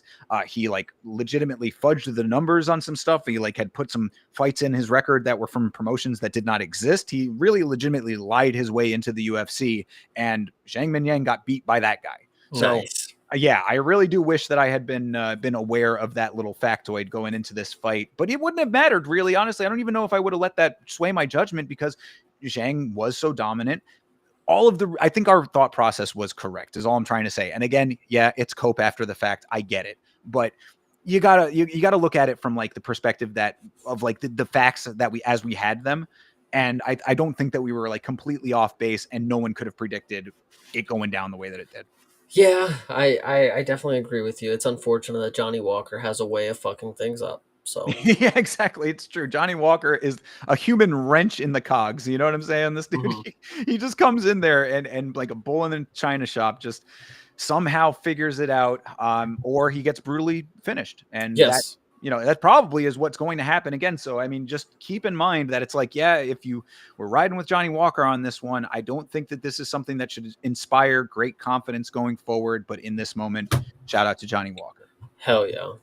And one other thing I did want to note here, I should have brought it up at the start, but I'll bring it up here now. If anybody who's out there watching knows what Johnny Walker's walkout music was, please either comment it now or throw it in the comments of the VOD, because Johnny Walker walked out to a legitimate bop that I was really, really feeling. And I went to Shazam it, and it brought me to some weird like playlist from I guess it's a Chinese tune, but like it brought me to a playlist that was like a DJ mix that had like a bunch of other songs. So I couldn't like figure out what the actual song was. If you are aware of what that song is, let me know, because that thing was absolute fire. Hell yeah. No, absolutely. If you know that song, make sure sure to let Thinker know, because we're always looking for new songs around here. That's the truth. I'm a big music fan. Yeah, Black Sabbath on the shirt. There you go. But yeah. So anyway, that is UFC Fight Night. Walker versus Zhang. Chase, after talking it through, what are your final thoughts on this one? This one was really fun to get up at 3 in the morning and watch. I'm always excited for the China cards. I love the atmosphere. I love the audience, and I'm really excited for more to come. I don't think I'll ever miss waking up early to watch a China card. Yeah, I enjoyed that aspect of it. I really did like that it was front loaded with some entertainment, because I did think that main card trailed off pretty bad. I mean, this main event was certainly entertaining for what it was, a little bit odd and fluky, as we had said, but the main card sort of had some dips in there that obviously Chase tapped out. I mean, Yeah. if it hadn't have been a significant dip, he probably would not have done that. So If it was a 3-round co-main event, I would have made it, just so you know. could have been. So yeah, I mean, either way, I thought that overall, if I had to give a point value to this, I thought maybe like a 6 was appropriate, 6.5 maybe. I love doing the early morning stuff, so that was fun. And like I said, it was front loaded with some good action, so it kept my interest early. Some odd things and some weirdness and some less than savory things, but anyway, that's how I got to my conclusion. Yeah, I'm gonna give it a 3 on the boom meter. All right, well, 3 booms it is. So that's pretty much it for this week, because we are off next week, ladies and gentlemen. Yes. We can at least take a quick look at the card that we do have coming up, which is UFC Fight Night Imavov versus Bahayo. This is UFC Paris. So just we're not even going to go into it, because next week we'll give full predictions on everything. This will be a next week's fight coming up on next week for our next episode. But just to give a brief rundown of what we will be talking about next week. Nasruddin Imavov versus Caio Bahayo in the main event. Benoit Saint Denis versus Mauricio Hufi in the co-main. Love that fight. Balaji Oki versus Mason Jones. Modestas Bukauskas versus Paul Craig. It's a must-win for Paul Craig at this point. Perez Zayam versus Kue Fernandez. Patricio Pitbull versus Losine Kaita, coming in as a double champ in another organization. I believe he's from Octagon. So something to look out for in that fight starting off the main card. Your featured prelim is Umar C versus Brenson Ribeiro. C coming off of a pretty bad loss, not an unimpressive loss. Marcin Tybura versus Ante Dalia, who I don't know that dude off rip, but obviously a pretty seasoned veteran at 25-6. Interesting there. Our boy Andreas Gustafsson coming back versus Hinat Fakhretdinov. So that's a good one coming up. William Gomez versus Robert Ruchala. Sam Patterson versus Trey Waters. Brad Tavares versus Robert Brezchek. And Shauna Bannon, my waifu, versus Sam Hughes, starting the card off. That'll be a decent one. A lot of good ones that we'll definitely talk about next week. I'm excited. Exactly. So, that's just a little teaser. As we said, we will be back next week on Monday for the full breakdown and our predictions. That's how we do it when we get a week off. So come back and hang out with us for that. If we did have fights, and we do have them tomorrow, of course, we've got the Contender series coming up. So if we did have fights on Saturday, and since we have fights tomorrow, you can catch both of us on our individual watch-alongs. I am at youtube.com/@YamaShow. And Chase, I know you can tell them where they can find you. They can always find me watching UFC streams on youtube.com/@CPSmalls. And I don't know if you guys knew, but I'm on Pinterest now. And I am out here killing the game on Pinterest.com/@CPSmalls. Actually, I think it's CP3Smalls, because they got to be a little fucking weird, but you should be able to find me. And if you didn't know, now you are going to know one more time that there is a special link down in the description. You could go ahead and get yourself a copy of Mixed Martial Arts for Dummy. The author is Frank Shamrock, and this is definitely a banger that you do not want to miss out on. That link is going to be awesome, because it's going to offer a percentage-based commission to me and at no extra price to you guys. So I just wanted to give another shout out to Amazon for this sponsorship. Absolutely. Like I had said before, you click the link, you buy the item, it costs nothing extra, and we get a little bit of a kickback off of that. So you support the show, you get Mixed Martial Arts for Dummies. It's a win-win for everybody. Really good way to show your love for the stream without costing you anything extra. I am on Twitter and Instagram at Yama Show. And we'll be doing that stream that I had talked about a little earlier, going over the Raja Jackson situation with a little bit more context than I went into on the video. The video is out on the channel now. If you have not watched it, please go and give that a watch, because we had a lot of good conversation going on in the comments of that. And obviously the situation is very serious. So a lot of interesting elements there. Give the video a watch, show your support with that. And I'll be back later in the week. I will let you know on Twitter and Instagram what day I'm going to be doing that watch along of the video with the context. So until then, everybody, we appreciate the support. Always have a great rest of your night, a great rest of your week. And as always, fight on.